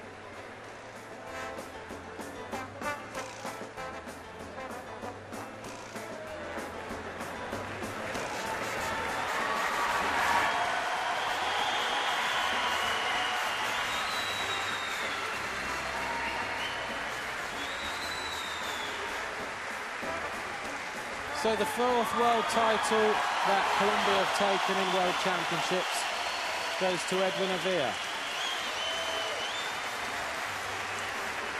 The flowers will be presented by the president of the Colombian Olympic Committee, Mr. Baltasar Medina. Las flores serán presentadas por el presidente del comité presented by the head of the Colombian Olympic Committee. He's going to enjoy doing this.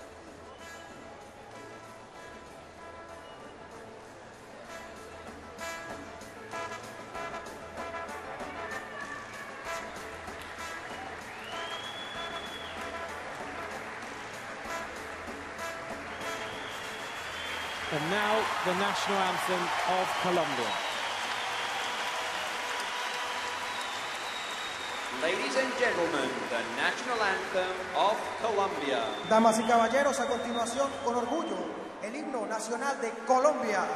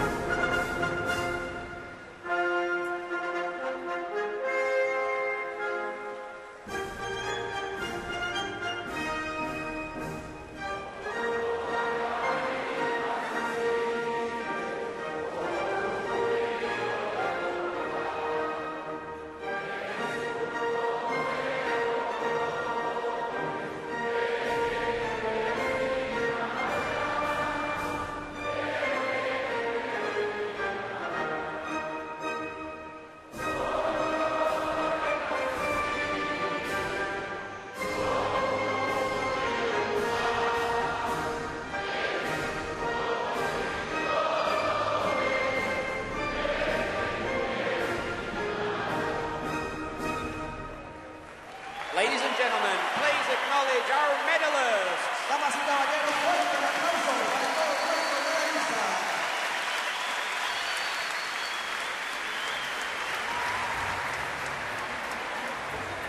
So the national anthem resonates all the way around the velodrome, everyone joining in singing, and the applause and the sound is incredible. I was at London 2012 in the velodrome commentating on all the action there. I thought that was loud. But there are 7,000 seats in here and it's pretty much full, and the sound is incredible.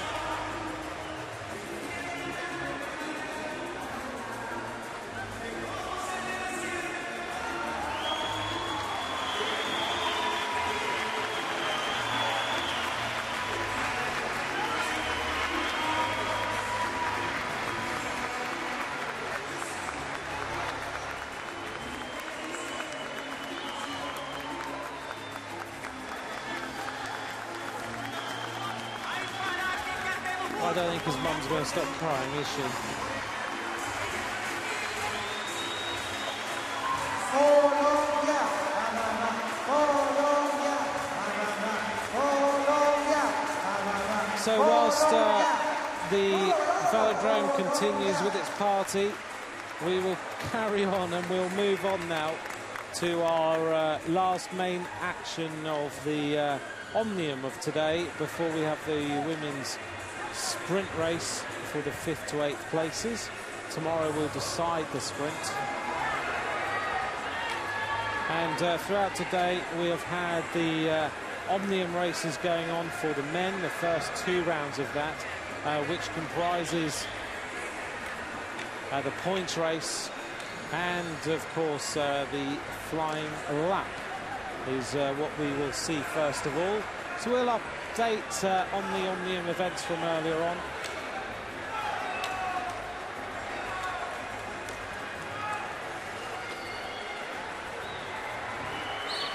So we have, during the Omnium, we have the flying lap, the points race, elimination, individual pursuit, scratch race and time trial. This was Ed Clancy of Great Britain racing his way around the track earlier on today and hitting the line here in a time of 12.806.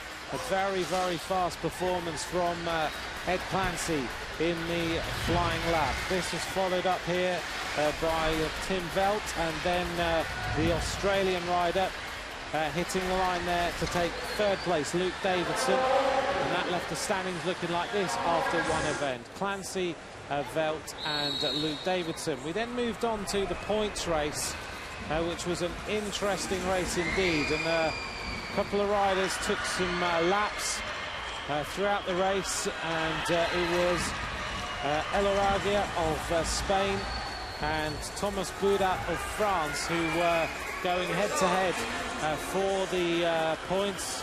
Also in there for Italy was Francesco Castinago. But on the last sprint, it was all down to this sprint between Boudat and also Eilers, who was a little bit further back, which gave the win to Thomas Boudat in the Omnium with 35 points ahead of Eilers. So the standings now look like this. Eilers leads, Tim Velt in 2nd place. Boudat is now in 3rd place.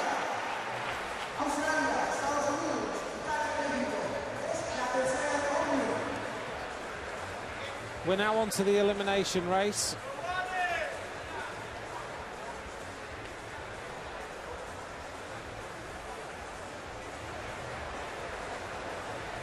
And the riders are now lining up ready for this.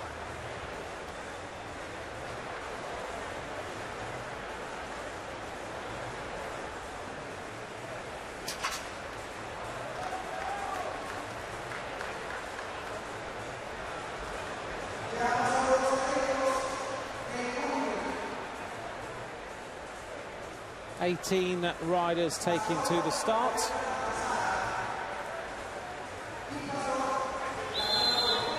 Notice that the riders have the little orange box on the handlebars, and that has a light system on it which helps to eliminate the riders. So as they're eliminated, the orange light flashes. Really tough race this. You have to work your tactics out You either ride at the back and overtake a rider every lap, or you stay out of trouble, stay near the front, and that way you go through to the last 3 rounds. Right, the bell rings, which means there is one rider out until next time.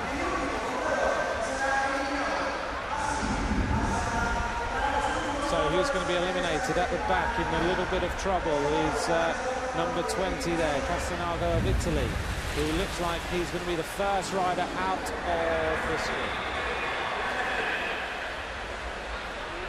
Francesco Castanago is eliminated.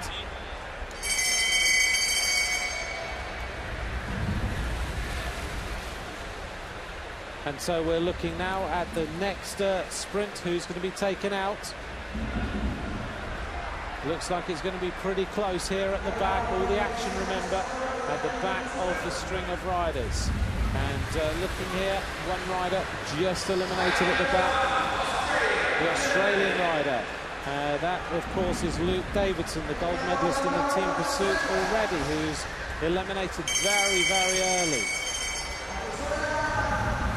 The bell ringing very quick, isn't it, each time.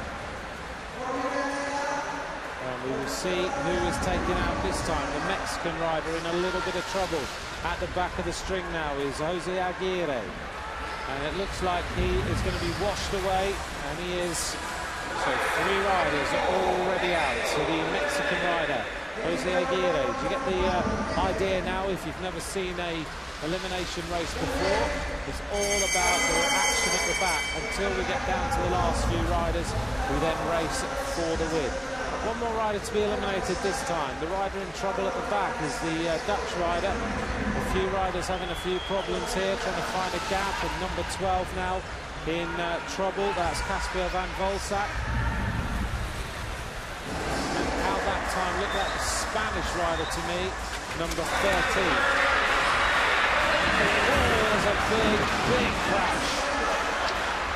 Out of the sight of the cameras, a load of riders have hit the deck. A lot of riders have come down, and that means the race will be neutralized for a period of time. That was a very, very big crash. Here's the replay. Watch this. The riders came down suddenly right at the front. Riders going everywhere. The American rider hit the deck really hard.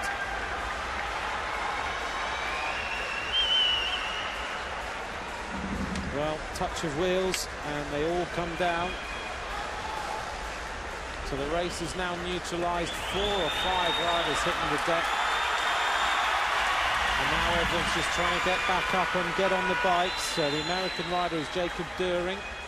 The Spanish rider just tried desperately to not hit the Russian, Victor Manikov. The Colombian rider now trying to get back on, and in a little bit of pain. Juan Arango. Still the race is neutralized until any rider who is wanting to get back up does get up. This shows you, though, even then, if you're at the front of the race, you weren't out of trouble. Normally you are.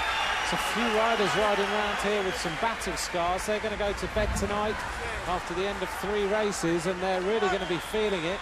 And one of the riders who is high up in the overall standings is the American rider, Jacob During. Suddenly he's involved in the crash. Still the yellow flag is out, which signifies that the race is neutralized at this moment in time.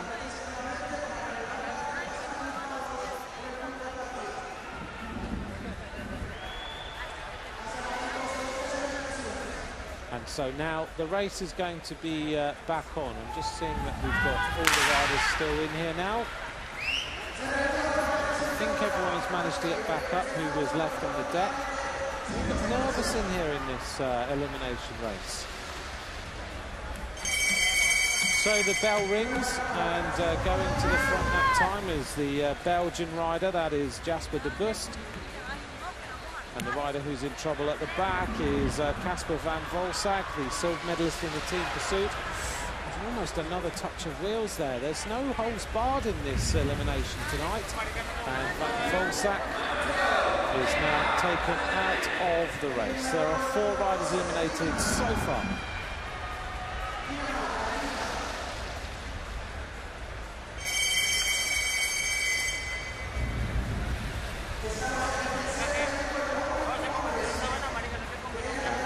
Who is in a little bit of trouble is the rider who was third in 2009, Tim Velt. Jacob During is in the Stars and Stripes of America, looking for a little bit of a gap, so he sneaks in, but he doesn't manage to do it, so he is now taken out of the race.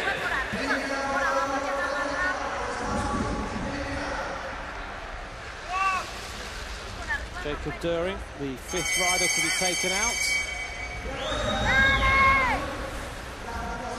One more lap means that Tim Velt at the back has got to try and overtake a rider. A couple of riders being squeezed out here.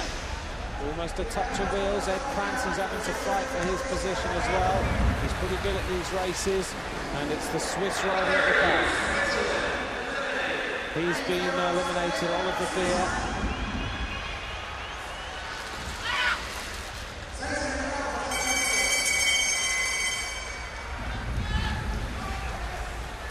Still, Tim Velt is playing this dangerous game of sitting on the back of the string, and then when he needs to, overtaking a rider. It's the Ukrainian rider who's now in some difficulty, because Velt's going to have the power to go round, and squeezed out on the inside looked like the Belarusian.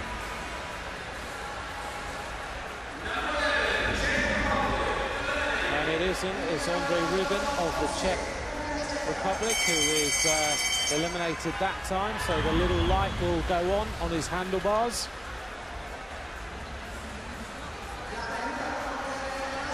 Tim Velt is from the outside again. Clancy looks around and realises that he's got a problem, so he's got to fight his way through. And we're desperately looking for a wheel to overtake, and doesn't manage to do it, I don't think.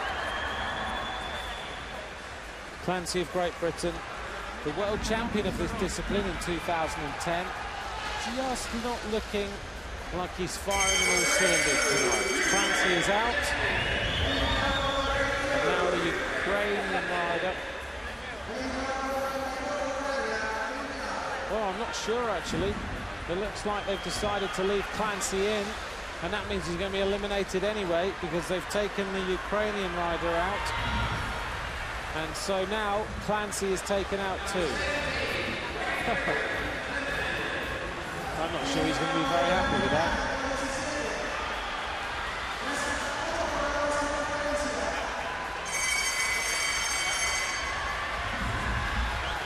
So we are down to our last few riders.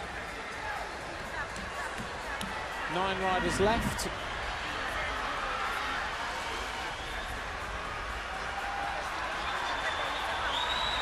8 riders left now. This will be 7. And this time it is finally Tim Velt who is out of the group. 7 riders left to contend this elimination race. Remember, in the Omnium, you are given points based on your final placing in each race. So if you win, you are given 1 point. The rider with the lowest number of points at the end of the Omnium will be the overall winner after 6 events. 2 riders struggling at the back.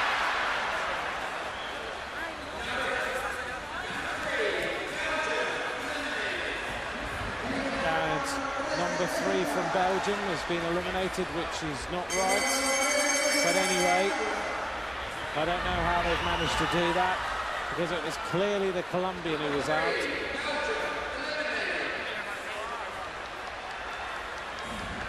So the Colombian rider now is eliminated. I'm sure number 8 is out of this race, and he is. And the Belgian rider, to me, there's no way he was eliminated that time.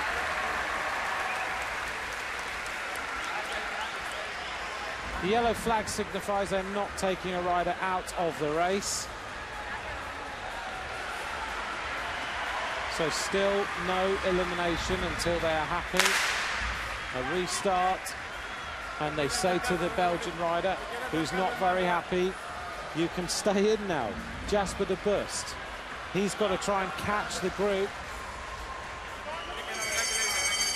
And so the bell rings, and in the centre of the track, in this World Championship, to be fair, the commissaires have had a little bit of a mess up here. So 5 riders here are trying to go for this elimination. There is no way the Belgian was eliminated. And as they race up to the line, they hit the line now. That is very, very close. To me, it looked like the Belarusian, but he's gone right to the front of the group. So he has been eliminated, the Belarusian, number 5. And now we have 4 riders left. On the front of the race is Aaron Gate, the world champion in 2013 from New Zealand. Also in here is Hashimoto of Japan. Oh, a little bit of a tussle going on as the Frenchman, who's been riding so well today, goes to the front. So Hashimoto is in here, and we are left with the 3 riders on the track. And that is Budat, Manikov and Aaron Gate. So they're racing around now, and Aaron Gate is on the back in the black of New Zealand. In front of him is the Russian rider Manikov, who's got an awful lot of lycra left. And they hit the line, and the Russian rider is now eliminated. So we're down to the last 2 riders on the track, and that is Thomas Budat, the under-23 French road race champion. 7th in the World Championship road race for juniors. He's only 19 years of age, and he looks like he could be leading this Omnium at the end. He attacks Aaron Gate. Gate hasn't got the legs to go with him. Thomas Budat looking very strong as he races away. He takes it. Budat of France takes the elimination race.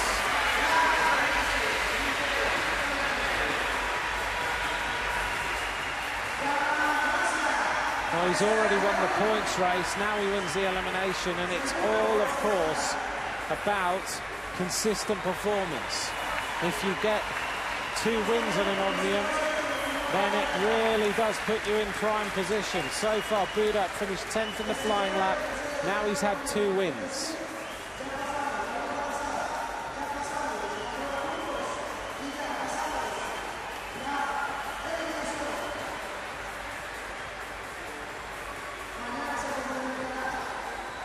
So he celebrates, and the overall placings, Budat with the win, Aaron Gate of New Zealand in 2nd, Manikov of Russia in 3rd. So it's going to shuffle the standings now in the Omnium. One more race left tonight, that is the women's sprint race for the 5th to 8th places.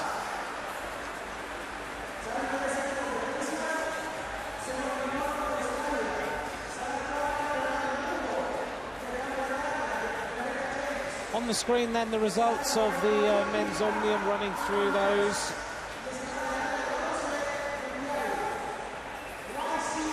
And the previous leader, Eilers of Spain, way down in 15th place. That is going to hurt his chances of winning this world title.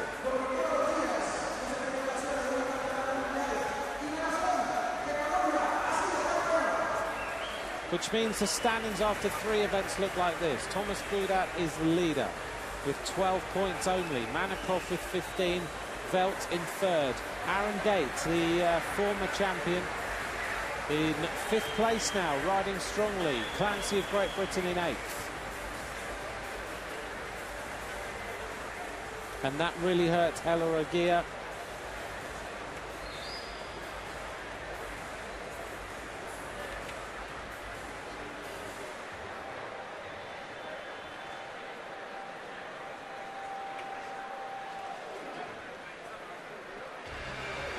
The race then for the 5th to 8th places in the women's sprint. Stephanie Morton of Australia, Rebecca James, a defending champion, Anna Mears, the former world champion, and Lee White-Sea. A couple of these riders in a place they are certainly not used to.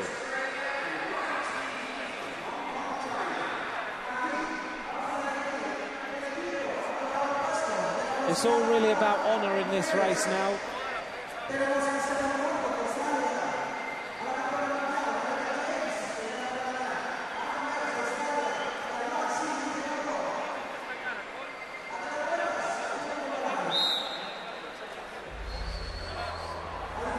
The final race of the night here in Cali, another thrilling evening of racing. And we'll see who takes the 5th to 8th place in the sprint.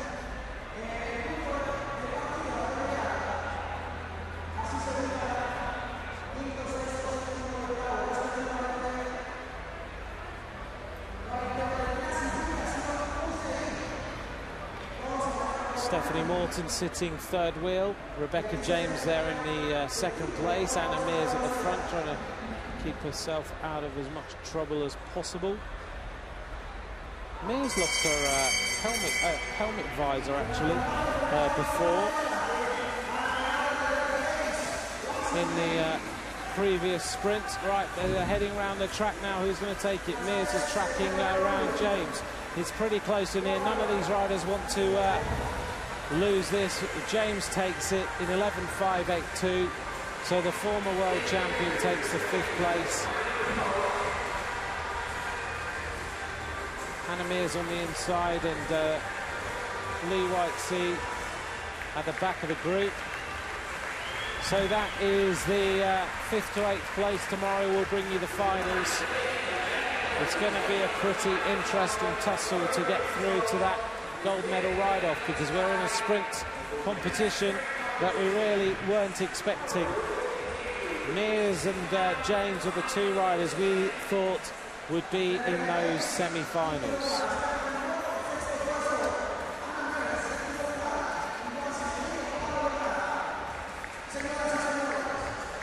So the 2 Australians side by side as they raced across the line. Lee White-Sea of Hong Kong, China in 8th place in the sprint. That tidies that one up for you. Bit of a conversation going on between Rebecca James and Anna Mears, and they're kind of giving each other a bit of a hug after a day they probably weren't expecting.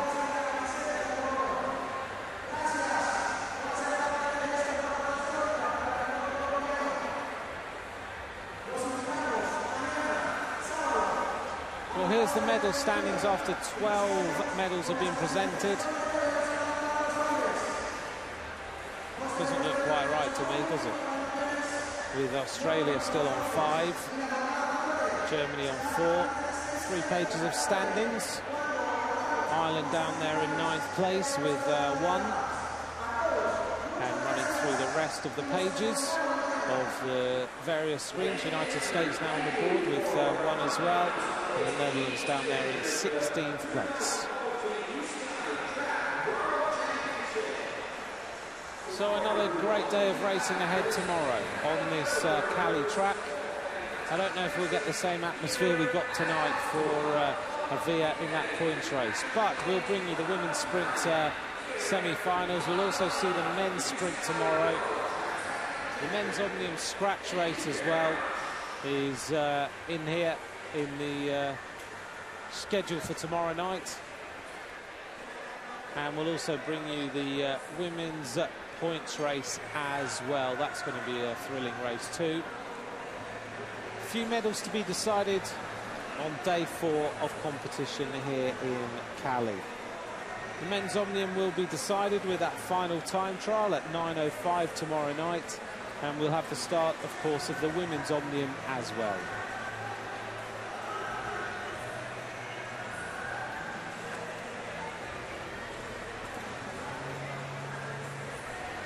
So the track is starting to clear out here in Cali, still very warm.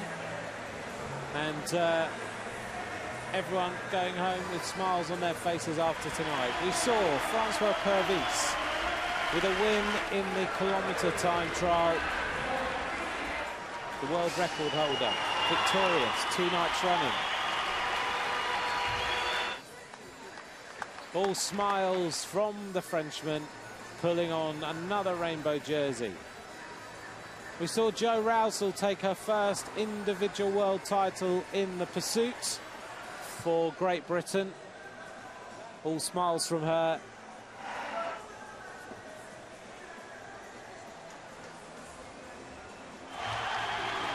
And the crowd pleaser of the night, Edwin Avia, took the win in the most thrilling points race I can ever remember.